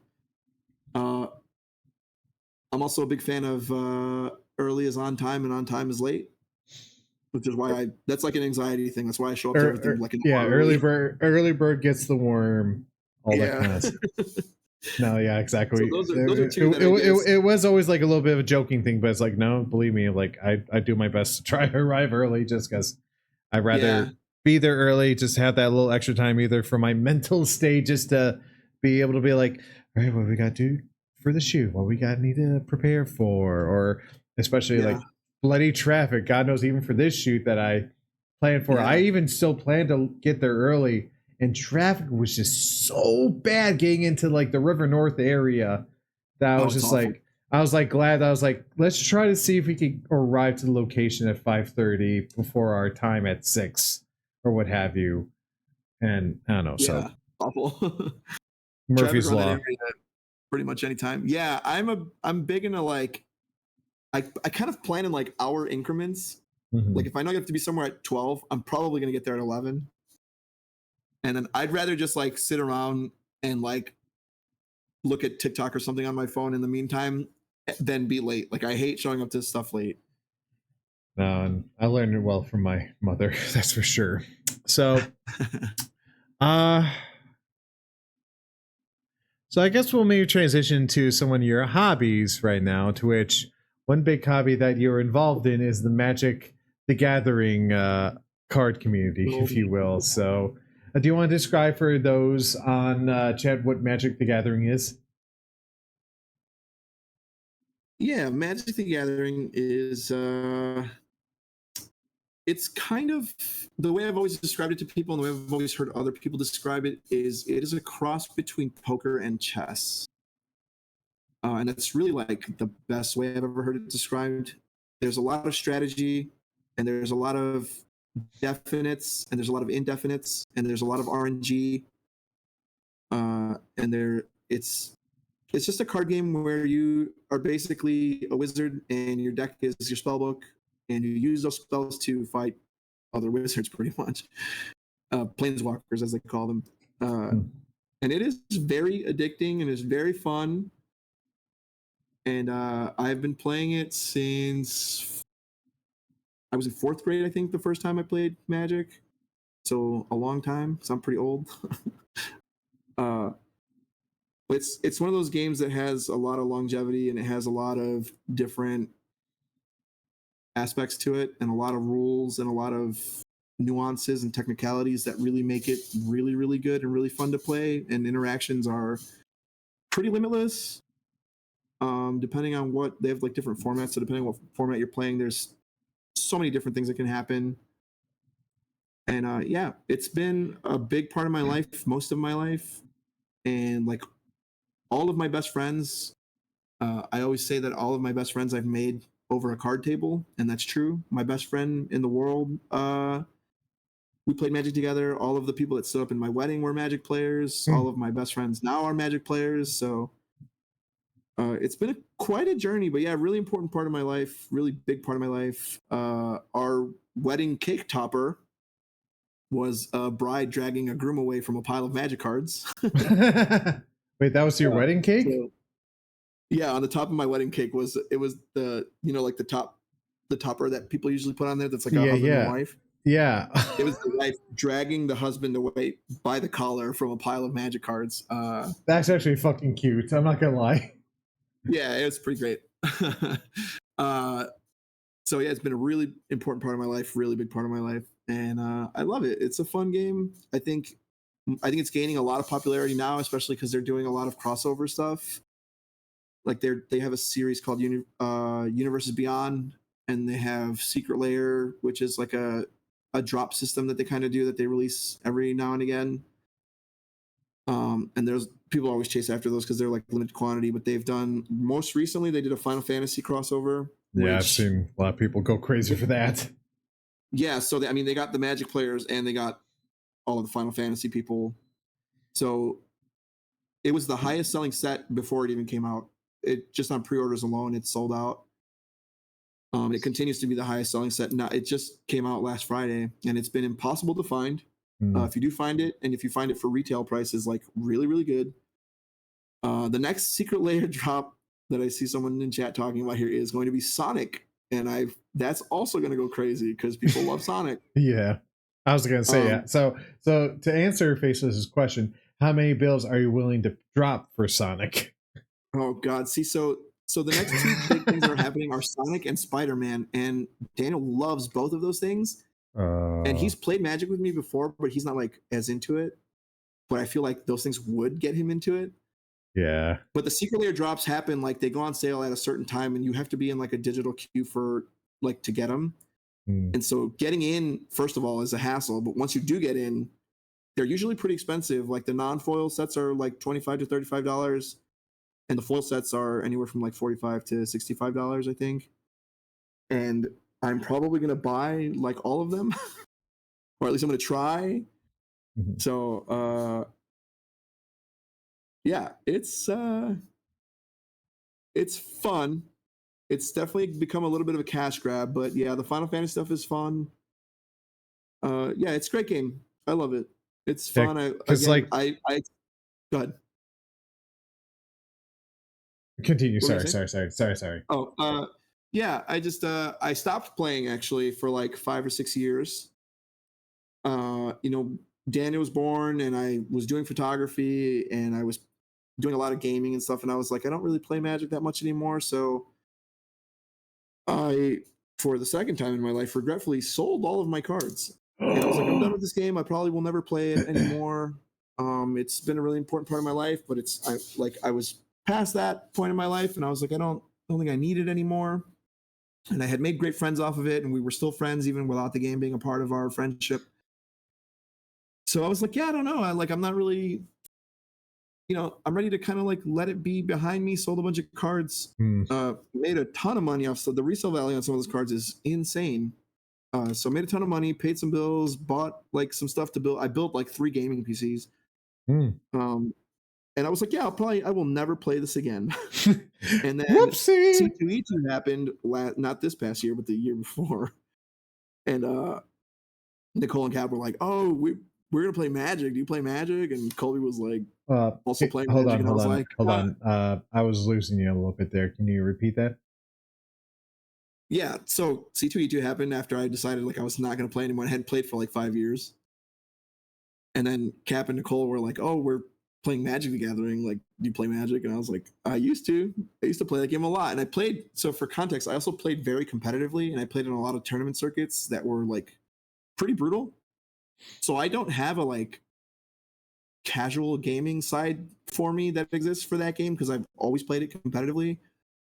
Um, so we played, and it was hard for me to adjust to playing casually with people who play more casually, but I just immediately fell back in. I bought like 2 decks that same weekend at C2E2, like on the floor of C2E2, bought decks to play.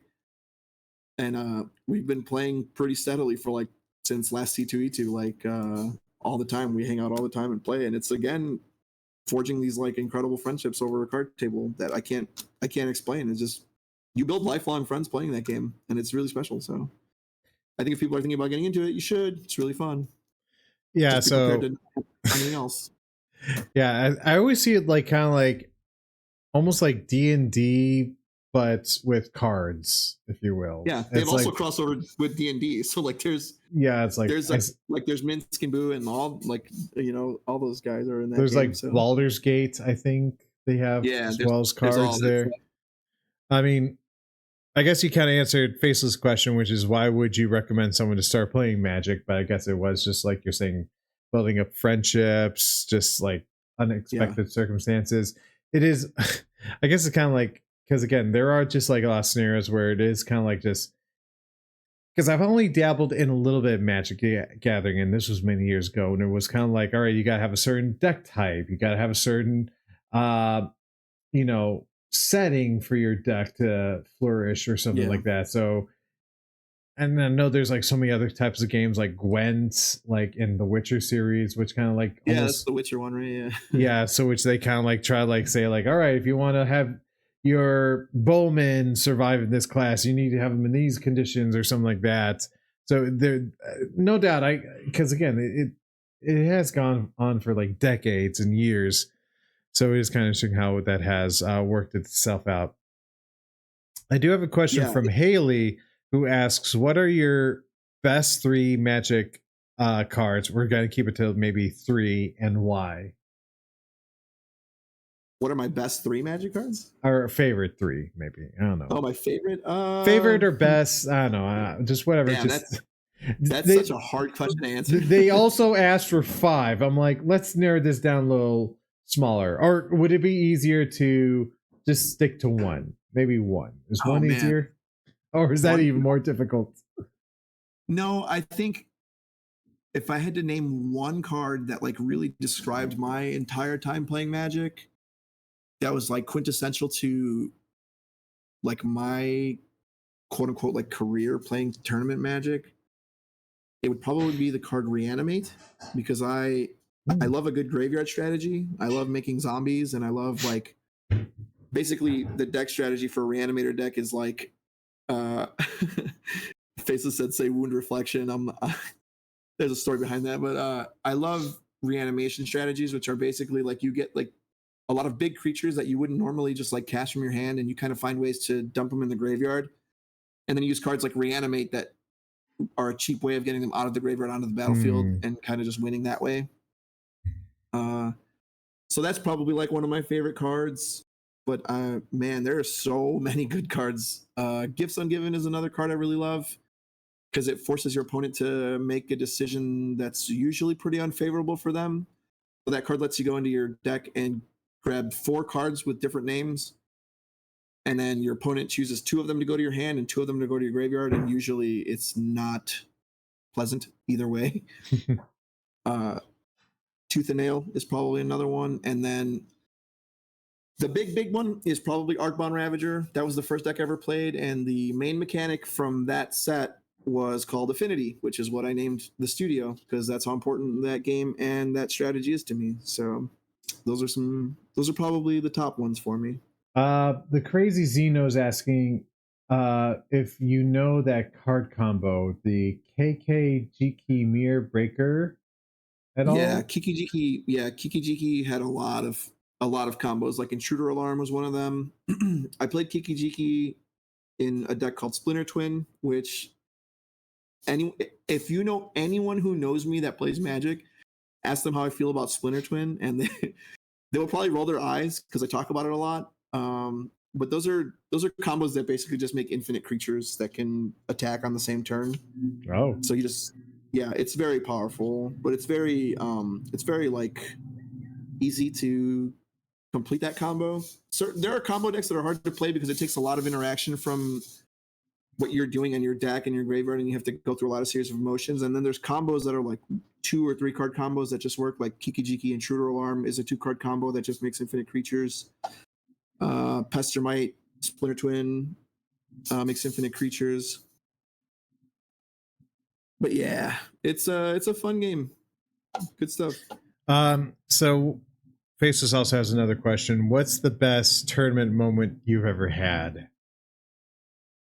Oh man, that's such a good question. That's so hard too. No, exactly. Like the cards. Just your favorite moment or something like that. Those are hard questions to answer. Honestly, Faceless asked me a lot, gave me a lot of Magic the Gathering. I was like, any photography related kind of stuff? I was like, no, Magic, just Magic. Just Magic stuff, yeah. She's got the brain rot right now. Yeah.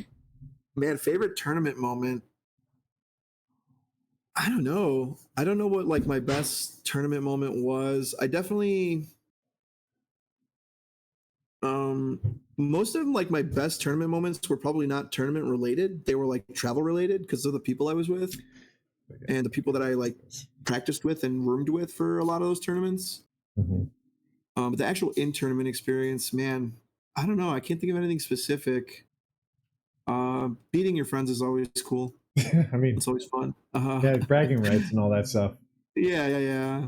But nothing. I don't think there's anything specific. I never had any like insane like, oh, I need to draw this card to win, like Heart of the Cards type stuff. But yeah, most of my tournament memories, like my good tournament memories, were from the people I was with and just like the traveling and the camaraderie and stuff like that. So actually, it's kind of funny if you bring up Heart of the Cards, because it's like, as I'm hearing all this descriptions, like reanimate this, do that.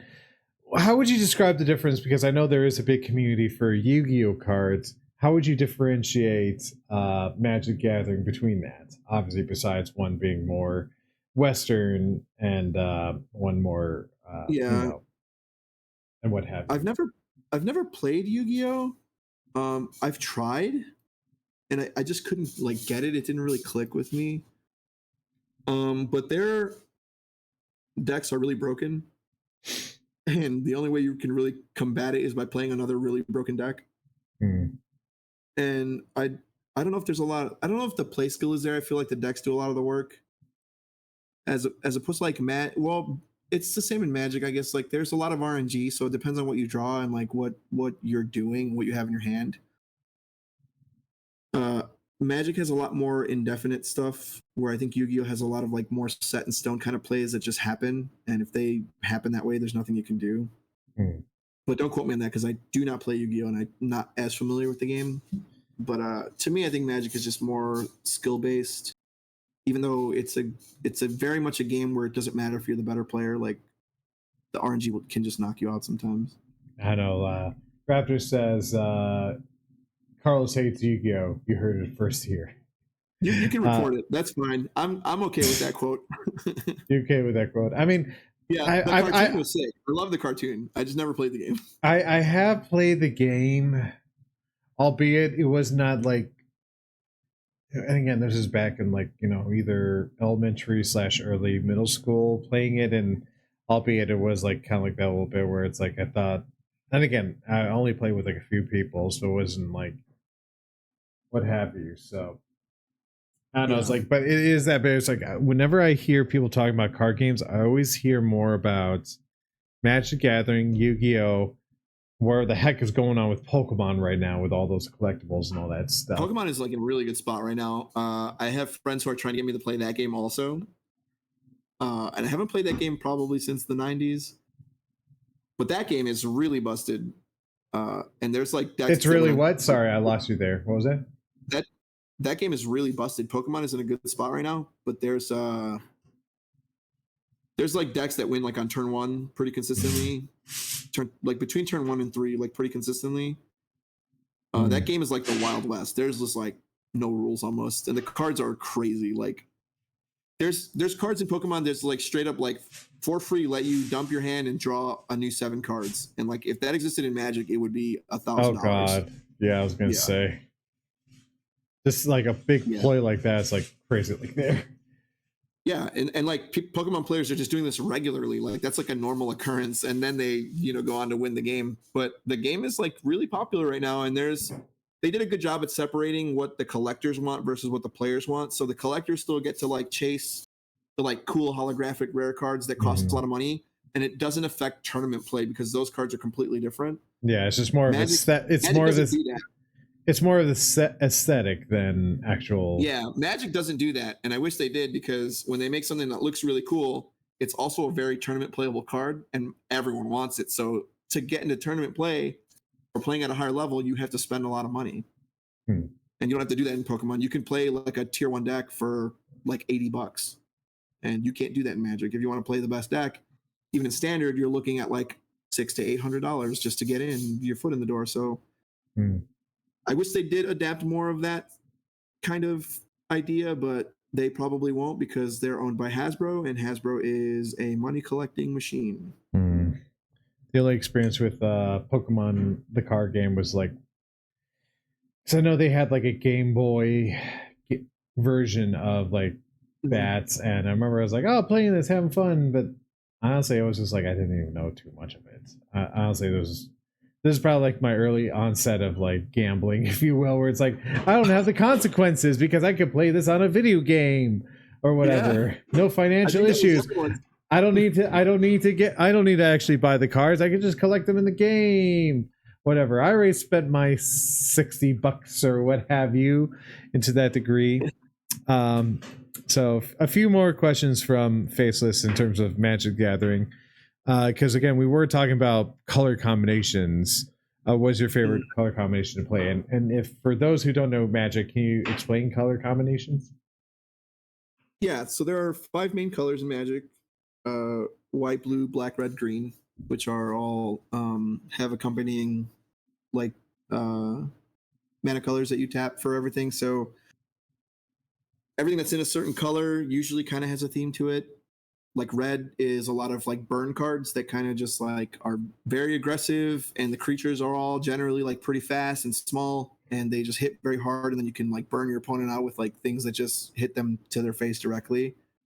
Green is a lot about like big creatures, like big giant things that are usually expensive to cast, but green also has really good tendencies to like go get more mana or make a lot of mana quickly. Black is a lot of more focused on like necromancers and zombies and killing things. So there's a lot of good kill spells in black. And then white is a lot of like angels and life gain and things of that sort. And then blue is like counter magic. So there's a lot of like control with blue where you can do like bouncing things back to people's hands like creatures or counterspelling things to make sure things don't even hit the battlefield. So there's a ton of different reasons to play different colors. And over the years people have paired them, so people have put like black and white cards together and they work well because you have all the kill spells and also all the life gain spells. Or people will play like green red, which gives you all of the burn spells and all of the fast mana and all of the big red green creatures. So those are different color combinations. But people play like up to 4-color, 5-color different decks. My favorite, and she knows this, is called Jund, and that is black, red, green. And in my opinion, is the best color combination because you get a little bit of everything. You get all the good kill spells, you get all the good creatures, you get all the good strategies, you get the burn spells, the reanimation, the zombies, and all that stuff, and you get really good graveyard strategies, really good creatures the best creatures in Magic, vampires and werewolves and giants and stuff like that. So I love playing Jund. A good Jund strategy is also more typically what you'd call a mid-range deck, which is like nothing super special. Like if you're winning games with mid-range decks, you're definitely applying a lot of skill. They don't do a lot of like 2-card combos or anything like that that's going to win you the game right away. So I love Jund. It's just fun to play, and it's always been my favorite color combination. Perfect. So then last question is from Faceless. What is your favorite secret layer drop? Oh my God. And please explain to the uninitiated, aka me, what does that mean? Yeah. So again, the secret layers are the drops that they do like lately they've been doing them like every month, but they come every once in a while. They do this like special like crossover, like the Sonic thing is going to be a drop. They used to be made to order. Now they just make a certain amount and go like, if you get it, you get it, and hopefully you do, and if you don't, sorry.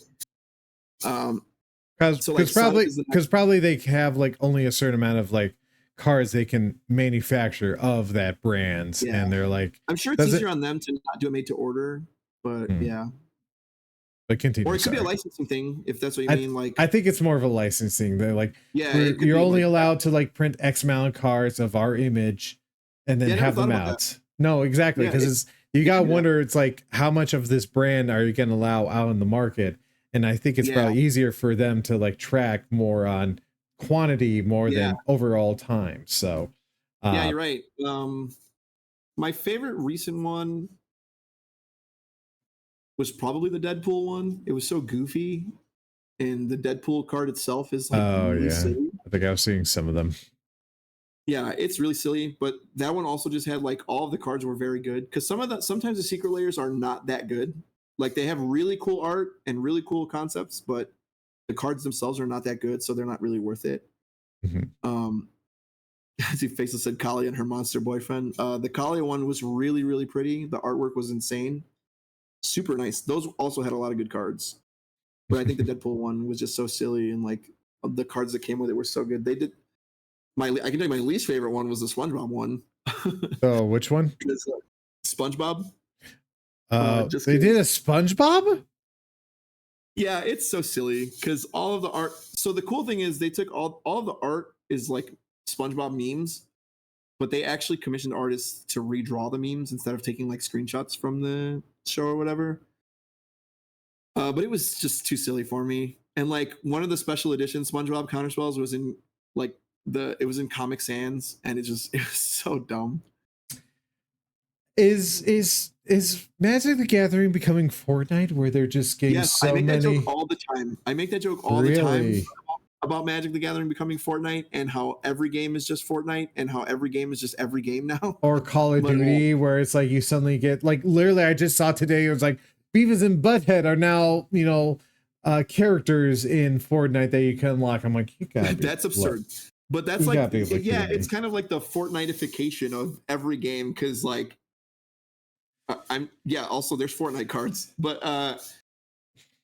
like I Wait, would not be what? There's surprised. Fortnite cards? Yes, there are Fortnite Magic cards, Oh but I my would not be god. surprised if there were like Beavis and Butthead or like just some stupid crossover like that coming at Yeah. some point, or like Ren and Stimpy or something silly. Because Oh it, god, it's Ren a and win-win for Stimpy. them, right? It's like a PLC or nostalgia and other things, but like Yeah, you're right. again, that's a situation where sometimes like if it's a good card and it's a cool art of like something that is popular somewhere else and you love it, like it's going to cost money. Yep. And they're So gonna sucker in whatever people to that yeah. degree. Yeah, I think my most recent one would be Deadpool. My most recent favorite one would be Deadpool, and my least favorite one would be SpongeBob. So before we go into like talking about the editing aspects, we got a few more open-ended questions. What is something that you see photographers doing a lot that you wish they kind of stopped doing? Like whether it might be an editing style or sort of uh, Um, practice, if you will. What's something? Because there are some things I kind of see where it is basically like, all right, for me, it's like kind of like, all right, I want to get these photos out as fast as possible, and I'm going to microwave these photos or just copy and paste, and then just send them out in big bulk and matches. That's at least for me. But yeah, I know what you mean. Um, I don't know. I think there's a lot of photographers, especially like on YouTube, who just start giving advice unsolicited that is like sometimes bad advice, and I wish they wouldn't, because you create a whole like generation, so to speak, of photographers who are just basing all of their experience off of bad advice. hmm. Uh, like especially with certain trends, like when I first started, like the blue and teal trend was like really popular, Mm, and I see some people still doing that, and I'm like, that you got yeah. to stop. Like, I uh, but yeah, I don't know, trends like that and like bad advice sometimes, which I don't like. They don't know they're giving bad advice, right? But like, I think if you're not super sure about what you're doing, you should not be telling other people what to do. Yeah, it's I guess it's that bit where it's like with social media and all that stuff where it's like everyone's able Yeah, to have a camera, everyone's able to have a YouTube, and just because you have those resources doesn't always mean you can always do that. So you either need to build enough credit to that degree before you can like publish works and such like that. And albeit, yeah, there are some things where some people might start off their photography on a certain trends. Like I know the blue and teal you're talking about, and albeit I sometimes fall for that. I was like, I'm tempted to try to do that, but then it's like, you know what? I'm just gonna see whatever set this feels, and will it fit with that blue and teal trend? I'll add it to it. But I do yeah, agree. Some items can be a little bit more of like a trending thing that is like, all right, this is so 2010, 2020s or what have you. yeah. Trends can kind of like lock you into time, and then it's kind of like, oh, I know that this photo was from like this time because that was the trend or that was the style. It's like the harsh flash stuff that's kind of like getting popular or becoming more popular again now, which I've done. I think that style's fine, but it's a thing that like definitely dates your photography to a certain like time. Well, again, it's Um, like there's nothing wrong with doing the trends. You just got to figure out like what fits well with that. Like, albeit, like yeah, again, yeah. I I think it's like you said, like if you can't bake it into every picture and just like Command V or Control V and like send it on every photo, right? exactly because like That's one even thing I'm big on. I like to like look through all my photos and just kind of like go like in the direction I think I'm going. Like, like even with these two photos, like these are totally different.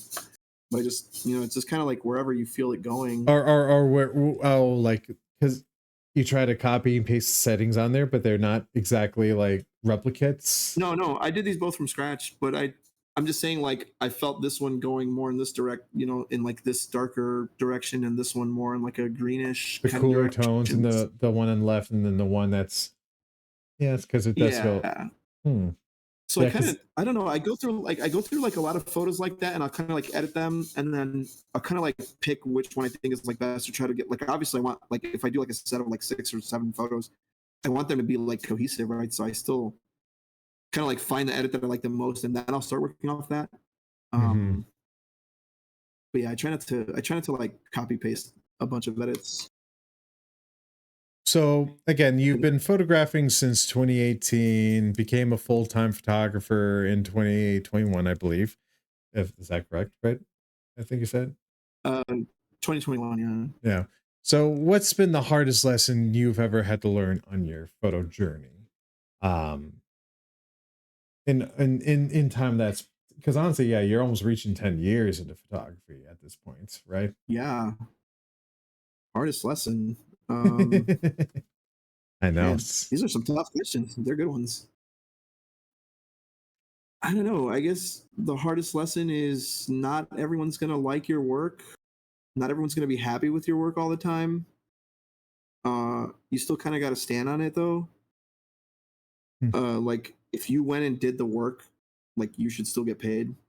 Um, I've offered reshoots, I've offered re-edits before for stuff, and usually that's kind of like settled it. But your work is not for everyone, and it's hard to, especially when you have the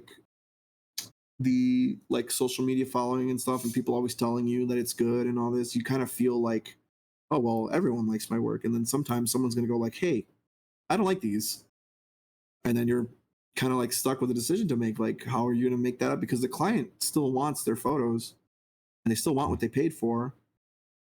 But yeah, the hardest lesson is probably not everyone's going to rock with your work. Not everyone's going to like it. It's not always going to be perfect. Sometimes you're going to have clients who really push back on what you give them. Uh, and it sucks when it happens, but you just kind of got to keep pushing through and try to do what you can. Like I said, I've offered reshoots, I've offered re-edits. Um, I've issued refunds on stuff. Like sometimes people are just not gonna like the work you make, and sometimes there's nothing you can do. Like sometimes there are people who will hire you thinking like, oh, I want them to do this style, and it's like, well, you should have looked at my work before you hired me and realized that like those two styles are not the same. Hmm. But yeah, that's probably one of the hardest lessons. Like, just not everyone's gonna like your work, not everyone's gonna like what you're doing, and you just got to kind of like keep rocking through it. Agree. Like there is like that bit where it's like I've had some clients that say, I want you to recreate this. Like, and again, they look at my Instagram, like, I want to do this, I want to do that. I'm like, all right, I think I got an idea, but either I don't know if that style's gonna match with your character, or albeit this was at a studio with like, Yeah, LEDs and let setup. So it's like, and again, like that's also like one thing with like my booking forms. Like I try to match the themes of like an outdoor convention or past use at a convention. There are like sometimes I see photographers that just reuse the same, examples over and over again. I'm like, that's gonna put you in a little ruddle where it's like, all right, you showed this photo, but was this at a convention? No, this was on a location. This and again, yeah. so I try to like, I'm trying to get better about that because sometimes I'm like, I don't even have photos from this convention. Sometimes and I'm like, or like they're old and I'm like, I didn't go to that convention last year, so I'm like ASEN or something. And I'm like, I don't have any pictures there, so I have to like use old stuff. But yeah, no, but it still helps better of an idea versus yeah, others because like no, as I said, like it's definitely better. It's definitely better to show them what their pictures could look like, as opposed to like, oh, here's all these pictures I saw at Fabian Forest meetup last year. Like, and it's like they're not going to look like that because you're not in a forest, you're at a convention. I mean, depending on the convention, maybe they might have a Well, yeah, force, yeah. but I mean, maybe but you could go do but this. you have a better expectations by setting limits of like this is what I've offered previously at Yeah, conventions, and like say for example like how like I have tried to done some more travel of photography conventions, so it's like MagFest. So it's like all yeah, right, well I've been to Katsu before, so I can use the images from Katsu last time just to give them an mm, idea, and then any additional sort of like anime convention kind of stuff to help give that vibes of that convention. So because there are times like I do see photographers, I'm like, you're just showcasing the same advertisement over and over again. It's like you got to change it a little bit, you got to market it a little bit, and it's like yeah. it is that bit Yeah, where I'm it's trying to get better like about that stuff because it's difficult. Marketing is not easy. Marketing is actually another probably hard thing I've had to learn through this whole process because especially at first I did not want to market myself. I felt like I was like like bothering people. mm, Like I felt like a door to door like knocking like, hey, can I sell you this? Like but you definitely have to market if you want to make money doing photography. Like you I have mean, to go for the sale. if you talk to Orvix, God knows, like my introduction with Orvix was definitely more on that aspect as well of like my tactic back in like when I was first doing like cosplay photography back in 2018, and this was like literally like my first like booking for a convention was like, I would post my bookings, but if anyone posted a lineup like, oh, you got some great cosplays. If you're interested in a cosplay shoot, consider me and all that stuff. And that honestly was like one of my introductions to Orvix on that. And it's like, yeah, I guess now thinking about it, it's like, yeah, that's not the best. It's a little sleazy tactic on that end, but yeah. So as I said, going in for the kills pretty early on like that is no, and exactly. But yeah, I mean it's a game like anything else. I mean, marketing and like marketing yourself as a photographer, it's tough. Like I have to do so much stuff sometimes, like especially for like the studio, and like there's times where I'm just tired. I don't want to talk to anyone or respond to emails and stuff like that. And you have to, like, you just it's part of the territory. It's the back end aspect that people don't think of, which honestly, like again, like that's always something like I always want to try highlight more on like my social media is like, I just want to show like the daily lives, like again, like how I posted like, all right, here's my vlog of June, to which you see mostly I'm editing, but I'm not doing too many shoots or I'm sending emails or what have you. And again, how you had your reel of this is me trying to clean my studio after a booking. It's like that is something I feel like people just need to understand, that this is definitely like 20% or however many percent depending on you, where it's like you do your photo shoot, but then the others is so many other details and aspects that people don't think about. And then it is like a little bit of the mental energy as well on there, where it's like there are days where it's like I know I need to sit in front of my computer and edit, but I just don't have it in me. And so then, I'll post like I'm playing this video game just to recover, or I'm watching this media or something, or listening to that. So it's like, it is that aspect of like, there are so many factors and things that are going around that is just kind of crazy on that. Yeah, it's a lot. There's so much behind the scenes that people don't realize like you're doing all the time. And it's so like, if I could have someone do it for me, that'd be great. I recently was telling someone, I was like, you should be my assistant. And they were like, I don't know if I could do that physically. And I kind of just left the conversation there, but in my head I was like, no, I meant like answering my emails and stuff, like the shit I don't want to do. Yeah, which I know like contracts and stuff like that. Well, I know there are some automations that sometimes help that process, which honestly, like with me, it has helped using like resources like Honeybook or what have you. And even then, like, but then there are like little aspects like, oh man, I've been meaning to adjust this template so much, because every time I try to send a contract, it's like, hey, you got to readjust it because there's some detail here and there. I'm like, Mother Hubbard. So I know it does help, but then, you got to like make sure that that format works overall, because otherwise, it's trying to like equate a certain equation into that. Be like, all right, I need to get this information. What day are we planning the shoot? What day is this or that? So before I can actually send this contract, because otherwise, if I send the contract, it's like gonna be like, oh, do this or do that. Yeah, so scheduling is a big thing for me too, where I'm just like, I don't want to figure out a date. Like I gotta open my calendar, it's so full. I gotta look for dates and times. It's a lot of back end stuff, and then oh man, website stuff and oh god, I haven't even touched my web. I was like, I'm gonna try to work on my website during my recovery last year, and I thought I was gonna get that done. Heck no, I'm still. And again, it's always been like a little bit. It's like I'll try to do a little bit of work when I'm over at like a Christmas break over in Massachusetts with Nicole and her family. Like, oh, I go for chilling, watching a movie, maybe I'll do something. I was like, I've not gotten that done at all. So back end projects here and there. Yeah, stuff like that. I mean, I look at my website probably like once a year, if I'm being honest, because it's just so much to do. But yeah, back end stuff like that, contracts and sending galleries. Even I'm just like, I have to put a gallery together and send this out. Like, I just want to shoot. If I could just shoot, that'd be great. No, fair.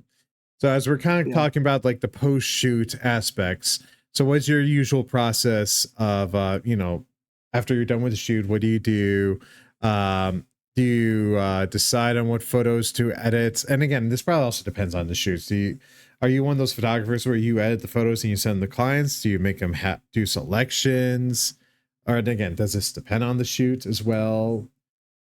So I try to do selections because it's easier on me to know what, like, I trust myself to make the selections, but sometimes what you see and what your client sees is different. So in order for me to ensure that they're getting the pictures they want for sure, I just do selections and I'll send them like a link to pick out their favorite pictures. If it's someone I know that I'm doing something like for fun, like an art project or something, I'll just pick them. Mhm. But it depends. If I'm shooting tethered in the studio, I'll just, if they have time, I'll just let them sit down and pick the pictures like right then and there after we're done. I'll say that And then I guess that's a good aspect of having a studio where it's like yeah, you can have the yeah, setup, because albeit like I wish I could have done a tethering system here in this physical room, but it is 10 by 10. So yeah. it's It's like tough. it's a little tough. And even then, like people's like, oh, try to install a desk in there. I'm like, here I have a desk now with a bed, and I'm like, I feel cluttered even with the desk without even this bed. So Yeah, it does require a lot of space, but it is nice to let them kind of see the photos right when we're done or as we're shooting, even because it helps for them to see like what they're doing and how they want to kind of move around the pictures. And then yeah, I just let them pick if I can right away, or I'll send them a link to pick, or like I said, if it's some kind of like art project or something that I'm doing, I'll just pick the photos because I know what I'm looking for to get out of the project. um but yeah, my after shoot routine is usually I try to get the pictures, if I'm not shooting tethered, uploaded onto my hard drives ASAP. I try not to let like a long time go by because I'll forget, or I'll end up at another shoot and go like, oh, I don't have another memory card, and this one has a bunch of pictures from the last shoot, and now I'm kind of in a pickle. mhm. Uh, so I try to get the shoot uploaded, like offloaded onto Capture One and onto my hard drive and backed up ASAP. I try not to look at the pictures uh, until at least a day later, Mhm. which almost never works because I'm usually super pretty hyped about the photos. But I try not to look at them because I don't want to start like making edits where my eyes are just like still fresh off the shoot. I want to like give my eyes some time to rest and like look at other stuff before I like look at the same pictures that I just took. And then usually I don't start editing until like a day after that. I'll go back and look at them and make sure everything's kind of like good and uploaded and ready to go. And then I start by culling, so I'll look I through was all the images that I was gonna say, do they. you do your culling as you're importing, or is it like after? Because So I call through whatever they pick through. Like if I say, "Hey, pick like 10 pictures," usually I had one model. I was like, "Hey, pick like 15 pictures," and she picked like 80 pictures. oh, that's always the problem. That's always the So problem. Even she for was a like, "Why did you pick any of these?" So I'm like, "Okay, I could have just picked 15 from these." no, uh, even I remember like I went to a meetup event and everyone was like, all right, like, hey, this is a meetup collab event, you know, just please select, at least 5 photos that you want. And if I might want to edit some extras, I'll edit extras there. And of course, one talent yeah, is just like, I want 40 of these. And I'm like, come on, like this, I'm not getting paid. And again, what's even worse, they asked for raws. They asked for yeah. raws. I don't think I've ever given my raws out to No, well, anyone. even then they were like saying like, oh, I've had photographers give me raws before. I'm like, but you've worked in this industry how long now, and how many? I don't know. So as I said, there's just like I can't tell if they're trying to do some psychological guilt on me, but I was just like, Yeah, I've never given my raws out. Like I never will. But yeah, I'll just like, so for a meetup, for example, I will just like usually when I get home, I'll upload everything onto Capture One and back it up on my hard drive, and then uh, I'll leave it alone for like a day because mhm. again, I don't want, like, usually my eyes are pretty tired from shooting or whatever all day. So I'll leave it alone for like a day, and then I'll come back and I'll look at everything. I'll start, for those I don't do selections. I just pick the ones because it's like a meetup. Uh, so I'll go and I'll the first thing I do is cull through all the images. So I'll look at all of them and make sure like nothing is like too similar or too like if it's out of focus or something. Do you use any I'll just like, programs to help you with culling at all? no, I know that there's like what is some of those like after shoot and stuff like that. I don't like those because I purposely shoot like long exposures and like blurry stuff sometimes, and those programs will just like skip it, or at least that's my understanding. I've never used them, but so I'm like, well, I don't want to skip those. Like sometimes I want those, and then sometimes like when I'm shooting weddings or something, like some of those pictures, even though they're blurry, they have a lot of story to them and they have a lot of emotion and feeling in them, and I don't want some like program to be like, oh, this isn't a good sharp photo, so it like tosses it. Kind of just use it So as more of a suggestion, just to have some stuff marked. oh, okay, if yeah, need yeah. I be. don't know how it works. Like, I'm sure it's great.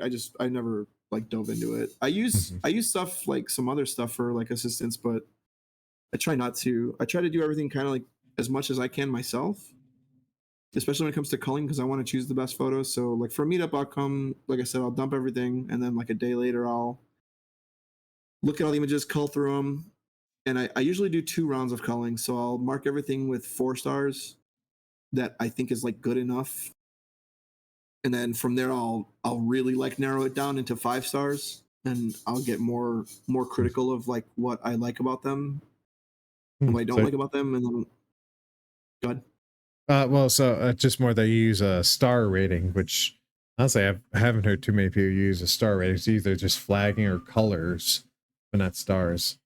Yeah, on Capture One, I don't know if you can see it in the corner here. There's like little stars up in Oh yeah, the I see. in here. So usually like these are starred from previous selections, but yeah, I'll usually go through and I'll mark like if I think something's good, I'll mark it 4 stars, and then I can go into the library and change. I can see only the stuff I've marked as 4, and then from there I'll get more critical and start marking 5 star stuff that I think is like the final keeper photos. And then from there, like I said, I'll just go through and start like coloring stuff and white balancing, making white balance corrections, and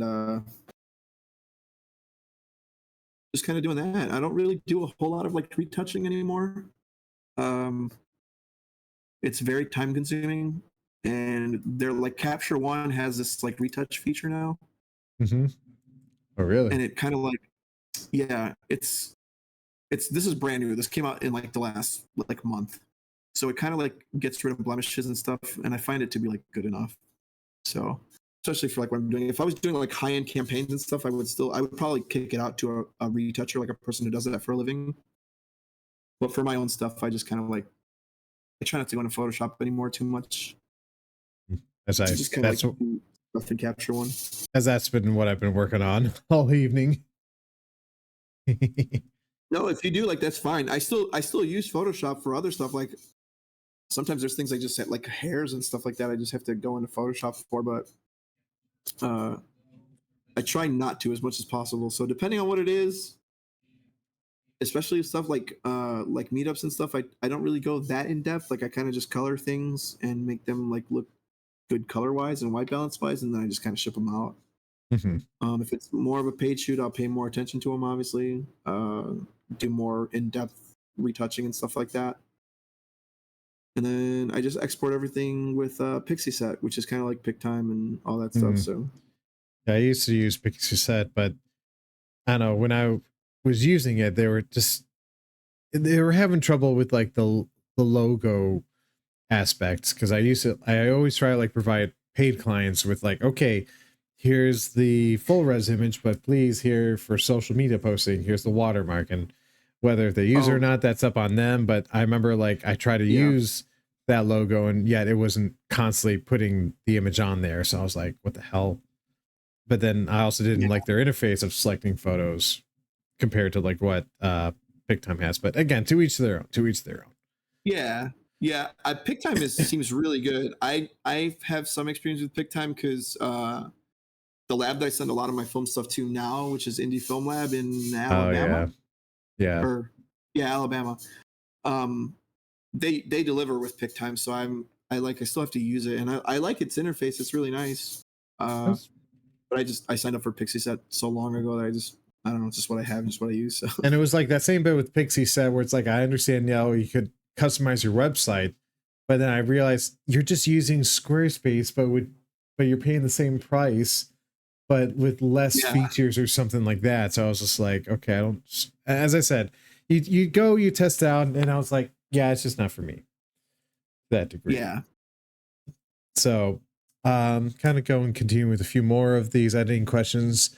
So again, we kind of do our edit sessions a little bit long and what have you. So sometimes, we have our process that could be either a little repetitive or what have you. Is there any sort of music or shows that you kind of listen to while you edit? Oh man, I for a long time I think I was just watching like The Office or like Parks and Rec or something that I've seen a million times just in the background. But now I just kind of throw on music. Like I just put on whatever kind of playlist comes up. I have a playlist that some YouTube photographer made, and it's like 11 hours long. So usually just like it's very like easygoing, like music that you don't really have to pay attention to. It's like acoustic stuff and stuff like that. So I'll just throw on something like that and just kind of get lost in it and let it play. But yeah, I try not to do like TV shows or movies that I'm not familiar with because I want to pay attention to them. So if I put on something like anything that I haven't seen before, I try not to do that because then I won't know what's going on. Fair. Like I was last night I was editing and I was watching K-pop Demon Hunters. Oh yeah.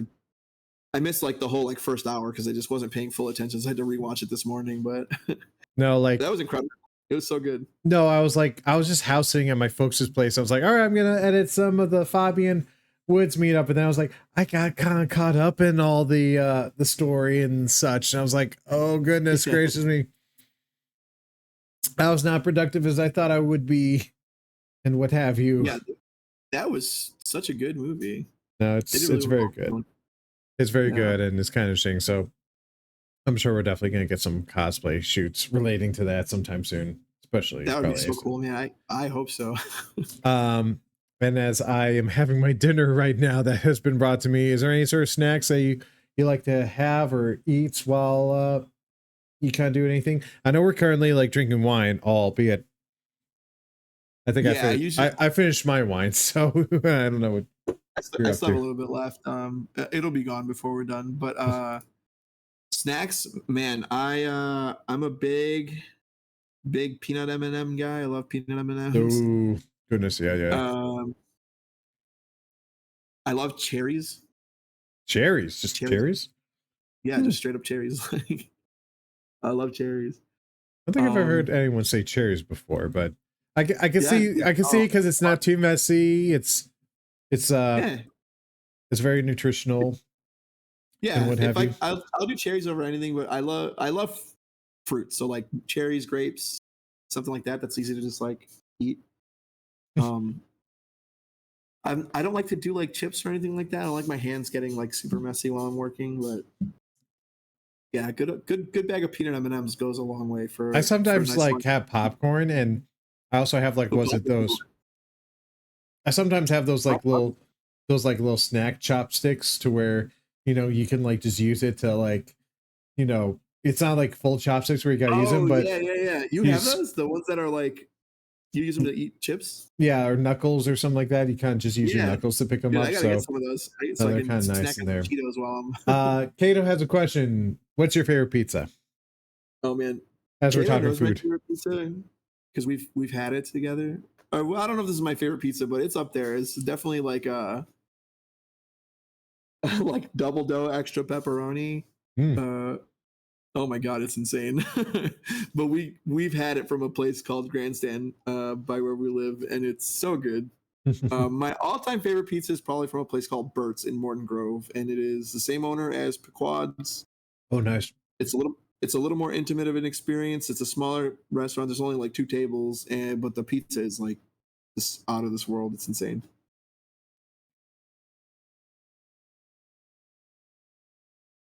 Pardon me. But no, that's kind of good to hear. But I think we're kind of starting to wrap up on our questions here. In fact, I think I'm kind of done with my editing of tonight, which I kind of got through some 4 photos. This, I think, 10 photo set, give or take. What about you? Nice. Yeah, I just kind of moved through these, like I said, just kind of coloring some stuff. These are, I don't think I sent these photos. So these are, I'll probably just add them to that set later. And then I haven't started on this set at all, but this set has some really good pictures that I can't wait to work on. So, all right. Lucas did ask a question, which they asked earlier, what camera do you regret selling the most? Which I've honestly never sold a camera. But the only thing is I know is either I was talking with like Juan or on the chat earlier about point and shoot cameras. Like, I wish I had my old point and shoot camera that kind of like started me in my journey of photography before like I started borrowing my mom's DSLR for when I really did get into photography. So it's like I need to figure out where the heck is that, because I want to try to do like just random like photo stuff or even just impromptu, like, hey, just memorable, like kind of like as we were talking about like Kodak kind of stuff right there. So that's at least for me. What about you? Yeah, I had a camera. God, this makes me sad. This is a full on regret. Uh-oh. It was a Fuji GA645, and it was a medium format film camera that was a point and shoot camera, and it shot vertical 645, so it shot like half frame, basically medium format. So when you held the camera like this, it was taking a portrait oriented photo because the sensor was portrait interesting size. And it was medium format, and it shot 16 frames, and it was so nice because it was fully automatic. You didn't have to think about anything. It's just literally point and shoot, but you got this like really big image off of it. Oh, I was so sad when I sold it because I paid like $1,000 for it, and I sold it for like $600. Oof. And then they've gone up since then. They're like $1,100 or $1,200 now, and I'm so sad because I want it back so bad because it's so nice. And yeah. Yeah. Oh, so Lucas is familiar with them. Yeah, those GAs are great, man. I loved it, and I regret selling it every day since I sold it. I don't even know why I sold it. I was just like, I don't need this, and then I do. I need it. I need it so bad. I need it now. So, but anyways, I think that's a good way to start wrapping up our stream right there. So, Carlos, thank you so much for being part of the stream here, for just talking all about like your experiences with running photo studios, especially from what I can tell your passion with sort of like doing sort of artistic projects and film photography. Is there any sort of fun projects that you have planned for the future? Some stuff coming up. I have some ideas that I want to do, some bigger stuff, some stuff that's going to require a little more of a team. So I'm going to have to start looking up some people that I can depend on and trust to help for some stuff. Some stuff that involves like maybe setting people on fire. So Nani desu ka? Yeah. Oh, it's like, was it that like palm or whatever thing? Like, was it what?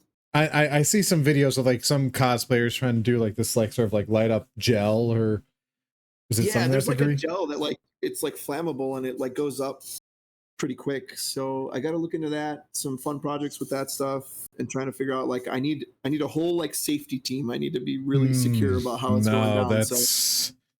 And is that gonna be in your studio? No, that's gonna be outside. That's the other thing. I got to figure out where can I be in public and set someone on fire. No, I got to figure out a public location. But yeah, before I set someone on fire, that is It's so always like those. That's always like one of the fun things about photography, which I always love, where it's like the randomest questions you got to ask yourself. Where it's like, where can I burn someone on fire? There's like one time I did a shoot with someone who wanted to put like fake teeth on. I was like, all right, are you able to take the teeth in or out?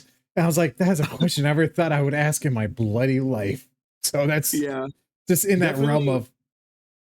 It's just so funny. I will say there was speaking. We spoke about quotes earlier a little bit. There is a quote from someone who said, "My camera has allowed me to be in places I would never otherwise be." And Mm. it's kind of like along the same aspect. Like my camera has made me ask some questions that I don't think I would normally ask myself, but Wait, what was that quote again? My camera has my not camera has allowed me to be places I don't think I would otherwise be. to be places.